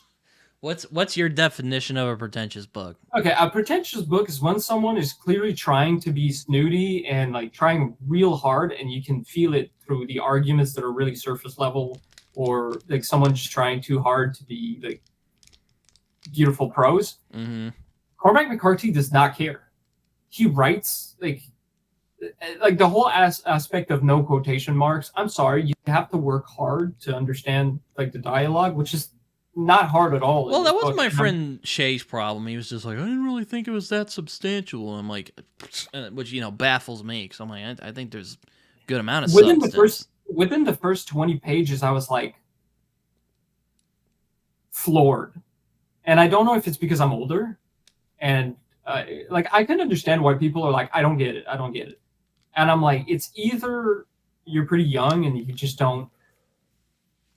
you haven't seen that kind of thing, or you just haven't read, like, I don't know. It's Cormac McCarthy is definitely a vibe. Yeah. And considering that Shay loved Ulysses, I'm surprised he doesn't love Cormac McCarthy.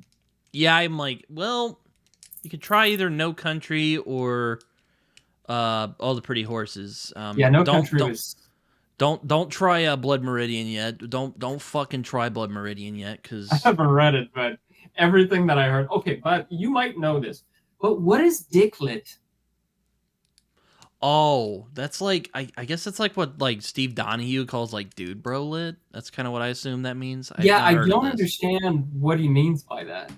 I understand the looks that he talks about, because we see it so much. I think he on means Instagram. books like Fight Club, where like a bunch of men like get like the wrong idea from Fight Club and go like, "Oh man, like that's totally masculine," while just ignoring like this dude's a literal fucking terrorist. I mean, sorry. It's like or like if you, it's like those guys who think like Patrick Bateman is like a literal like icon. I can't even say that without laughing. Like, oh my god, I think like he's a literal icon. Where you're like, dude, he's a freaking murderer. Like, what? He's a serial killer, dude. It's not. It's like the total narcissism is the dude. I mean, do you remember the one of the sex scenes in that movie where he's like admiring himself? Yeah. In the mirror, I'm like, how are you seeing that scene and thinking this guy is the dude? He is my model. He is me. And I'm sorry if you tell me that guy is you. I'm walking out the room. I generally hate those fucking red flag lists, but you know what? I don't blame you there. If you legit unironically go like, yo, Patrick Bateman is based, I'd be like, dude. I can understand like, get the some Joker, help, bro. I can understand the Joker. Hug something. Hug somebody. Yeah, go get some female friends, please. Yeah. Go date a girl, and if you can, I being in a long-term relationship will fix that real quick, unless you're a total selfish person and self-centered person. Your woman will work it out. You know what? I'm not gonna go on the Fight Club again because I've ranted about Fight Club a couple times because I'm just fucking tired of Fight Club. But I get the message. I just don't understand the obsession with it. Yeah, there you go. Like I appreciate how like it's constructed and what it's saying, but like at the time it was pretty like forward. It was like nothing else. Also, Fincher's made better movies. Like Seven, better movie. Social Network, better movie. Zodiac, better movie. It's not even an argument. Get out of here with that. It's then one of my friends is like, "Oh, but Sevens is so '90s." I'm like, "Who gives a fuck? Like, I don't care." You know what I find that's annoying? That's such a stupid argument too. Like, sorry, Jason, if you watch this, but like, that's so dumb. Like, really? That's where you draw the freaking line. Like, it's two '90s. That's a very like Gen Z kind of thing. Like everything is. He's not even Gen Z. He was born in the '80s. I don't get it. Oh well, that's wild. Okay, a millennial that doesn't like millennial that doesn't like Fight Club is pretty hard to come by, or that doesn't like Seven. It's like Seven if you're a movie buff or like a movie lover, and that was not one of your first introduction to cinema. What are you doing? I don't freaking know. I love you, Jason, by the way. I don't know if you'll get this far, but like I love you, buddy. But like your Seven take is not good. But I've noticed like people that I interacted with that are like in their early 20s. Like, for some reason, it's cool to hate on anything that was pre-2000. And I'm like, listen, I don't want to say like be the angry dude that says anything post-2000 is bad because it's not.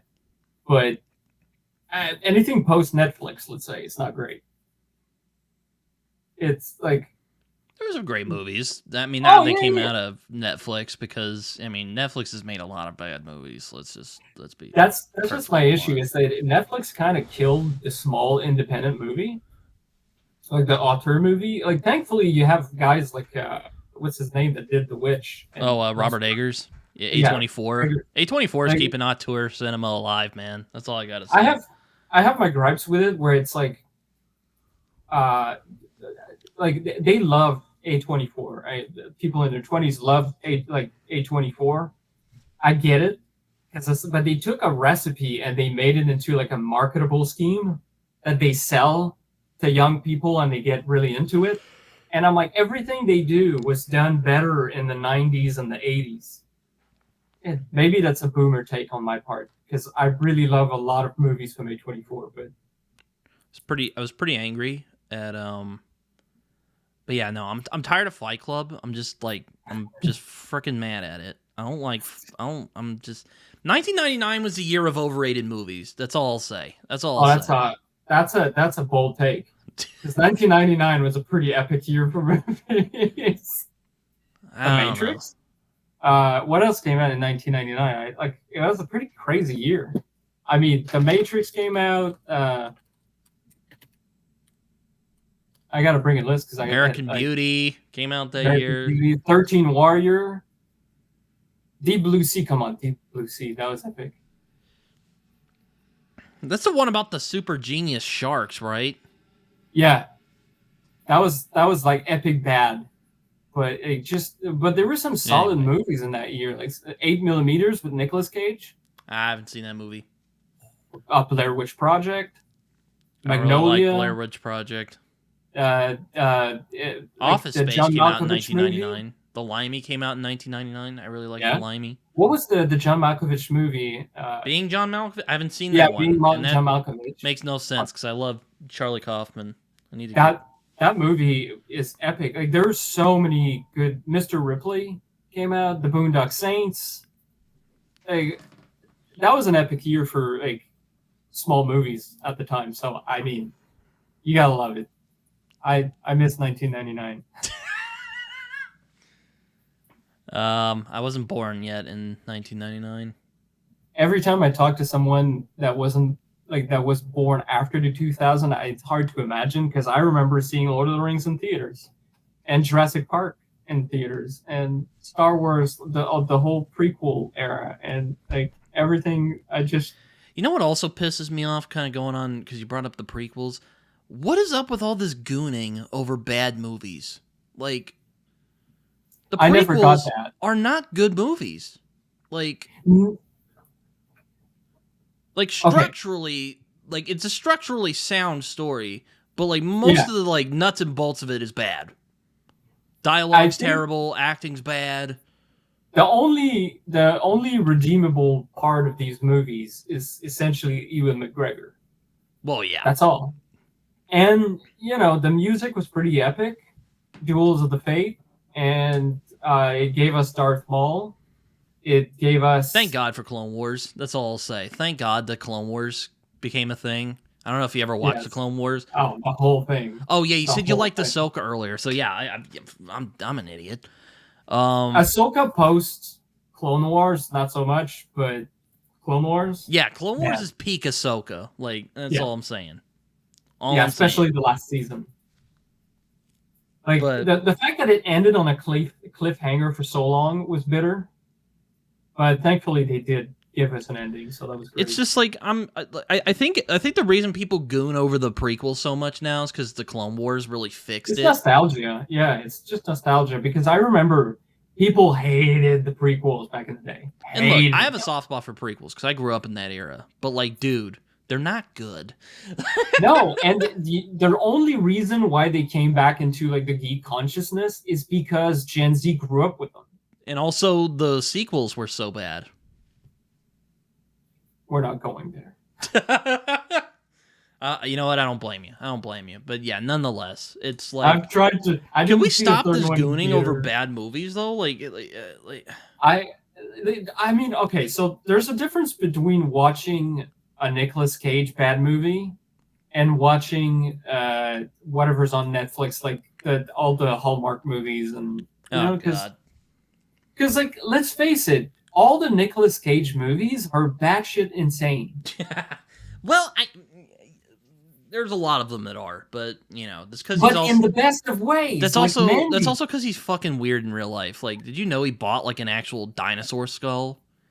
And Action Comics #1 for like $1 million, which, like, hey, based, but still, that is insane. The store that I used to go, the comic book store I used to see him like frequently. There's a lot of actors that go to Montreal, right? There's a huge amount of cinema that's filmed in Montreal. And Nicolas Cage would go to every comic book and collectible stores and just buy the whole place, essentially. He makes terrible financial decisions. Which means he has to be in films like The Wicker Man. Okay, but Wicker Man's awesome. I love that. That's classic. There's one movie that I saw where he's like a hitman. That was trash. I agree. It's like your typical like Jason Statham movie, but with Nicolas Cage. But oh Lord, I'll take any movie where Nicolas Cage is acting like an unhinged lunatic. Like that's. Have you seen The Color Out of Space? I've not, but Nicolas Cage was made for Lovecraftian stories. He is the perfect embodiment of Lovecraftian madness. I did see Renfield, where he plays Dracula. Like, that was a fun movie. I enjoyed that film. That was so good. My wife and our friend, one of my friends, we watched it together. We were laughing the entire time. Like, it was such a good time. It was so fun, and he was great as Dracula. Like, he's just like absolutely like just hamming it up. Like, dude knew the assignment. Well, also like Nicholas Hoult plays the. Oh yeah, he's really good. My camera is just not vibing right now. Is that too bright? No, I can see you just fine. All right. Maybe it's 9 o'clock. I should let you go. But like Renfield was a good time, and like Mandy is a phenomenal movie. And I've talked about this before, but there's a movie where he goes into a murder spree in a puppet factory, or like a puppet attraction where all the puppets get possessed by demons. Yeah. I've heard of this. It's like Five Nights at Freddy's, and he just starts like murdering them. Yeah, I've heard this. It's amazing. Like I get those movies. I get that they're like a genre, but watching a Hallmark's movie because they're bad, or The Room, I will never understand The Room. Have you seen it? Oh yeah. It's like one of our theater, one of the small theater in our city. You have to understand though, people like it because it's so laughably bad. Oh well, wouldn't you look at it the way like the way people goon about bad movies? Oh yeah. Do you make like? Do you have a specific? I don't mean criteria? People just enjoying a movie because it's bad. Like people are actually. I've heard some people unironically say the prequels are good movies. Like that's just unhinged. Yeah. I'm sorry, they're not good movies. They're visually like they hold up, but I'm sorry, but Jar Jar Binks, like that man. The man who played him almost killed himself. Yeah, because the hate was that bad. Poor guy. That poor guy. Like even Simon Pegg, who's like he's like a big Star Wars fan, was like known for like bashing on Jar Jar. Even he had to like come out and be like, "Look, I was just criticizing the character." Like, well, Jake Lloyd's life was ruined by the fans. Oh my God. Like, yeah. I mean, I understand that people are nostalgic, and I get it because I saw all those movies in theaters, and at the time I loved them, but they are trash. They're admittedly trash. You're used to like this beautiful tale of adventure with the originals, and then it turns into a political machination kind of like thriller. I didn't know what. Have you seen that documentary where Lucas looks at Jar Jar Binks when they finish the movie and he's like, I think we went too far. Yeah, I've seen that clip. Yeah. I love that clip. Because he's like, oh, what have we done? What have we unleashed on the world? But I am here for the Darth Jar Jar theory. Did you see they actually did that on Fortnite? Like, that's so funny. They literally legitimized that meme on. I want a Darth Jar Jar novel. Have you seen the edit of where he sabotages everything, and it's clearly because he's Darth? It makes so much sense. He's clearly the villain, not Palpatine. Palpatine is just like his tool. Are you sure it's not just that Jar Jar's a fucking idiot? Like that's also. I don't want to see it that way because the Darth Jar Jar is so much better as a theory. All right. It makes the whole universe so much more rich when you think about it. Like, I of course it would break continuity, especially with the rule of two. But I'm like, yeah, sure. Like, which is to me like the theory that he was secretly like the real villain and not Palpatine. I'm like, yes, I'm here for it. I'm definitely here for it. Speaking of the rule of two, have you read Darth Bane trilogy? No, but I know of it. I read Revan, which is by the same Darth Revan's my favorite Sith Pretty Lord. Pretty great. Which is solid, but I kind of wish they didn't do the whole spoilers for Revan, which if you haven't read Revan, what are you doing? But anyway, I didn't really like the twist that he was basically just brainwashed into being a Sith Lord, which I'm like, that sucks, because like I really like the implication that he turned Sith because he wanted to fend off something worse. and he felt that was the only way. I'm like, that's a really interesting motivation. Yeah, why did you not go with that? What are you doing? Which I think is why I enjoy Sun Eater so much right now. I still need to read that. Oh, dude. I don't know if you're going to love it or if you're going to hate it. I'm curious because, one, you have good taste. Thank you. Thank you. And two, Ruckio is pretty transparent about his influence, and sometimes what he's doing is like, that's a nerd talking. That's the nerd. It's not like Ruckio, the intelligent man, it's the nerd talking. And it can get pretty egregious. So I feel like that throws people off a little bit. But I'm like, anybody that hates on that series because of the first book, which he wrote when he was 19. I mean, I remember how everybody hated Aragon when it came out.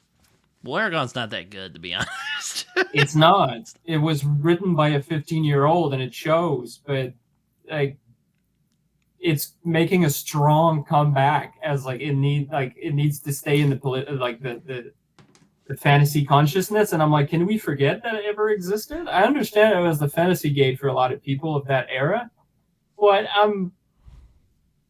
it's not great. It's not plagiarism, clearly not. But people who love Aragon and complain about Sun Eater, I'm like, you need to stop. You need to take a break. Stop right there, citizen. Yeah, no. Because the quality of Sun Eater is next level. Especially like I'm on book 4 right now. So is that what Sun Eater is about? Well, his pitch for it is, imagine if becoming Darth Vader was the right choice. Which is what prompted me, because you made that comment about Raven.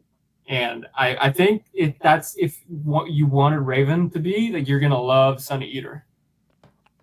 Which I hope, if they ever bring, which I know they've brought Revan into canon, if they ever do a Revan canon thing, or they try to do KOTOR in canon, just go with the original idea that he was a guy who turned to the dark side because he felt it was the only way to fend off this bigger threat. Just do that. They have to keep Darth Bane in the trilogy in Dark Plagueis. That's like because they're referred to. Mm-hmm. But when did they make Revan back into canon? Well, in Rise of Skywalker, there's a ship that's called Revan. So Revan exists. Oh, okay. Maybe it's just an Easter egg. Yeah, it is an Easter egg. So it's not like Revan shows up and starts like, he doesn't do that, but you know. Because if they would fix the, I mean, I never played KOTOR, so I played the game, but I never, finished it because it's way too hard for my brain. But like, everybody talks about the plot twist and how Revan's the best, and yeah, when I read the book, I was like, that's it. It's not that great. Like, Darth Bane was much more interesting, and what's the one from the MMORPG from Knight of the Old Republic? Malik? Nihilus? No, both of those though I love. I was about to say Nihilus is terrifying. Like, yeah, bro, absolutely. that would if they brought Darth Nihilus in the canon, it would literally break the whole continent. It would break because I mean, in terms of pure strength and power, like no, like you can't destroy that guy. Like, how do they how are you gonna deal with that? Like, oh man. Let me try to find who it is, because I've read the books with him, and it was so good. I know what happens in the Darth Bane books, but I haven't actually read them. Okay, yeah, it's actually pretty good. It's a pretty good drama in terms of like how he shifted things. Man, because I'll admit I'm actually kind of fascinated by the Sith in a weird way. Like I don't want to be a Sith, but I'm really fascinated with them because I mean they're much more interesting. Because like Jedi Knights, they're kind of like the good guys, and that's fun and all, and they're all like, oh, let go and all that, and do the good thing. Well, the reason everybody loves a good villain, like Glokta, technically speaking, is a villain, but everybody is all about him, right? So because he's a complex creature that does absolutely abhorrent things, but we love him, and we love him for the abhorrent things that he does. Man, I can't find he's an absolute unit of a Darth. And right now I can't. There's a couple units. I think it's Malgus. Yeah, is it Malgus? Yeah, I was about to say Malgus is freaking beast. Like that was he's the one that gets his face ripped off by a grenade. Oh yeah, that's Malgus. Yeah. He's an absolute unit of a character. Let's face it. I mean, he's not the strongest, but he's one of the most. I will say, even though I complain about Legends, I think it's super convoluted. I do like that they like question the Jedi more like thoroughly than the canon. Oh yeah, because canon's all like, the Jedi, they're just good guys, like the attachment, totally nothing wrong with that. They're just, they just need to let go more. Like in the Legends, they're like, nah, there's some setbacks to that idea. They're pretty shady. Like when you watch Clone Wars, the decisions they made were super shady. Yeah, exactly. Like they become soldiers of fortune and become like mercenaries, like opposing every single ideal they ever had. The fact that Yoda never wrapped his head around that, it's to me. To be fair, it was kind of like it was like a best of bad situation because like. Yeah, it was. If they had just stayed out of it, we would have gotten KOTOR again. But that's how KOTOR began. They're basically like, what would happen if the Jedi decided not to get into the Clone Wars? And that's kind of where they started. Yeah, with that. But you end up. I mean, I would love for the EU to bring back the Old Republic, but I would be more interested in something new. Than what I don't know how they do it without like breaking the canon, because like some of the stuff that they do in Knights of the Old Republic, just the Old Republic in general, is ridiculous. Like, well, they'd have to reboot it. I don't know if you read the comics for Knights of the Old Republic, but they were pretty damn good. But I read the Revan one where he's in Mandalore and he fights in the Mandalorian War, and that's how he gets his mask. Yeah, I read that one. Yeah, it's like the whole thing is phenomenal, but at the same time, it's like, how could you, like, what could they do without pissing off the fan? Because that era is so iconic. But people have those rose-tinted glasses when it comes to to me, it's the same way that they look at the prequels. They see it for all the good stuff that was in it, but not the bad stuff. All the lore breaking. I did what they. Oh, sorry. Oh yeah, I like what they tried with Dawn of the Jedi at the end before rebooting. They started doing like the origin of the Jedi, and I hear that they're working on a show in that era. I've heard this as well, it's better not be something awful that ruins everything that's fun about it, But wait, I want to see something wild, What kind of that's another like that's a thing like Clone Wars kind of goes like, Jedi they kind of fucked over Anakin a little bit, a little bit, just a little bit. I mean, he may have been a whiny baby, but he had entire reasons to be. Granted, he was probably didn't help. He was being manipulated by a Sith Lord, but that the Jedi did not help themselves either. I mean, the level of toxicity that man encountered on both sides. Oh my god! No wonder he turned into a sociopath. Like, it's not a surprise. He's all like, don't get me wrong. He's one of the better villains of the ever created, but it's kind of a doofus character when you think about it. A little bit, yeah. For someone that was supposed to be like the most intelligent, most powerful, like they pretty much broke their canon when they made him into Darth Vader, because I'm like, okay, well, he was supposed to be the chosen one, and he is, and you robbed him of a significant amount of his power by crippling him, but in Legends they did, in canon they just kind of like, it didn't really affect him all that much. Like, he just got real. Yeah, especially when you read the comics. When the comics, he's like, in the comics he does some crazy shit. Like, yeah, he's absolutely terrifying in that. But in the Legends continuity, it kind of make him like he's still a unit, but like he's kind of like, oh no, like he's a bit more realistic. And Padme, no, like yeah, like he's. I mean, the whole situation is like, you know, if you had just talked to your wife, yeah, you would have fixed it. You know, maybe things would have been better. It's gonna be 9:30. I gotta head out. Yeah, I was about to say I'm getting real hungry, and but I've enjoyed this chat though. Yeah, it was awesome. Thank you for hanging out with me. But as I like to do before the end of these things, if you have any social media, feel free to share. The ADHD Reader, both on YouTube and Instagram. So yeah, I think on Instagram it's just at ADHD Reader. I forget exactly what it is, but yeah, ADHD Reader. If you look me up on Instagram and YouTube, you'll find me pretty easily. All right. Well, this was fun, and until next time. Yeah, thank you for having me, man. Yeah, no problem.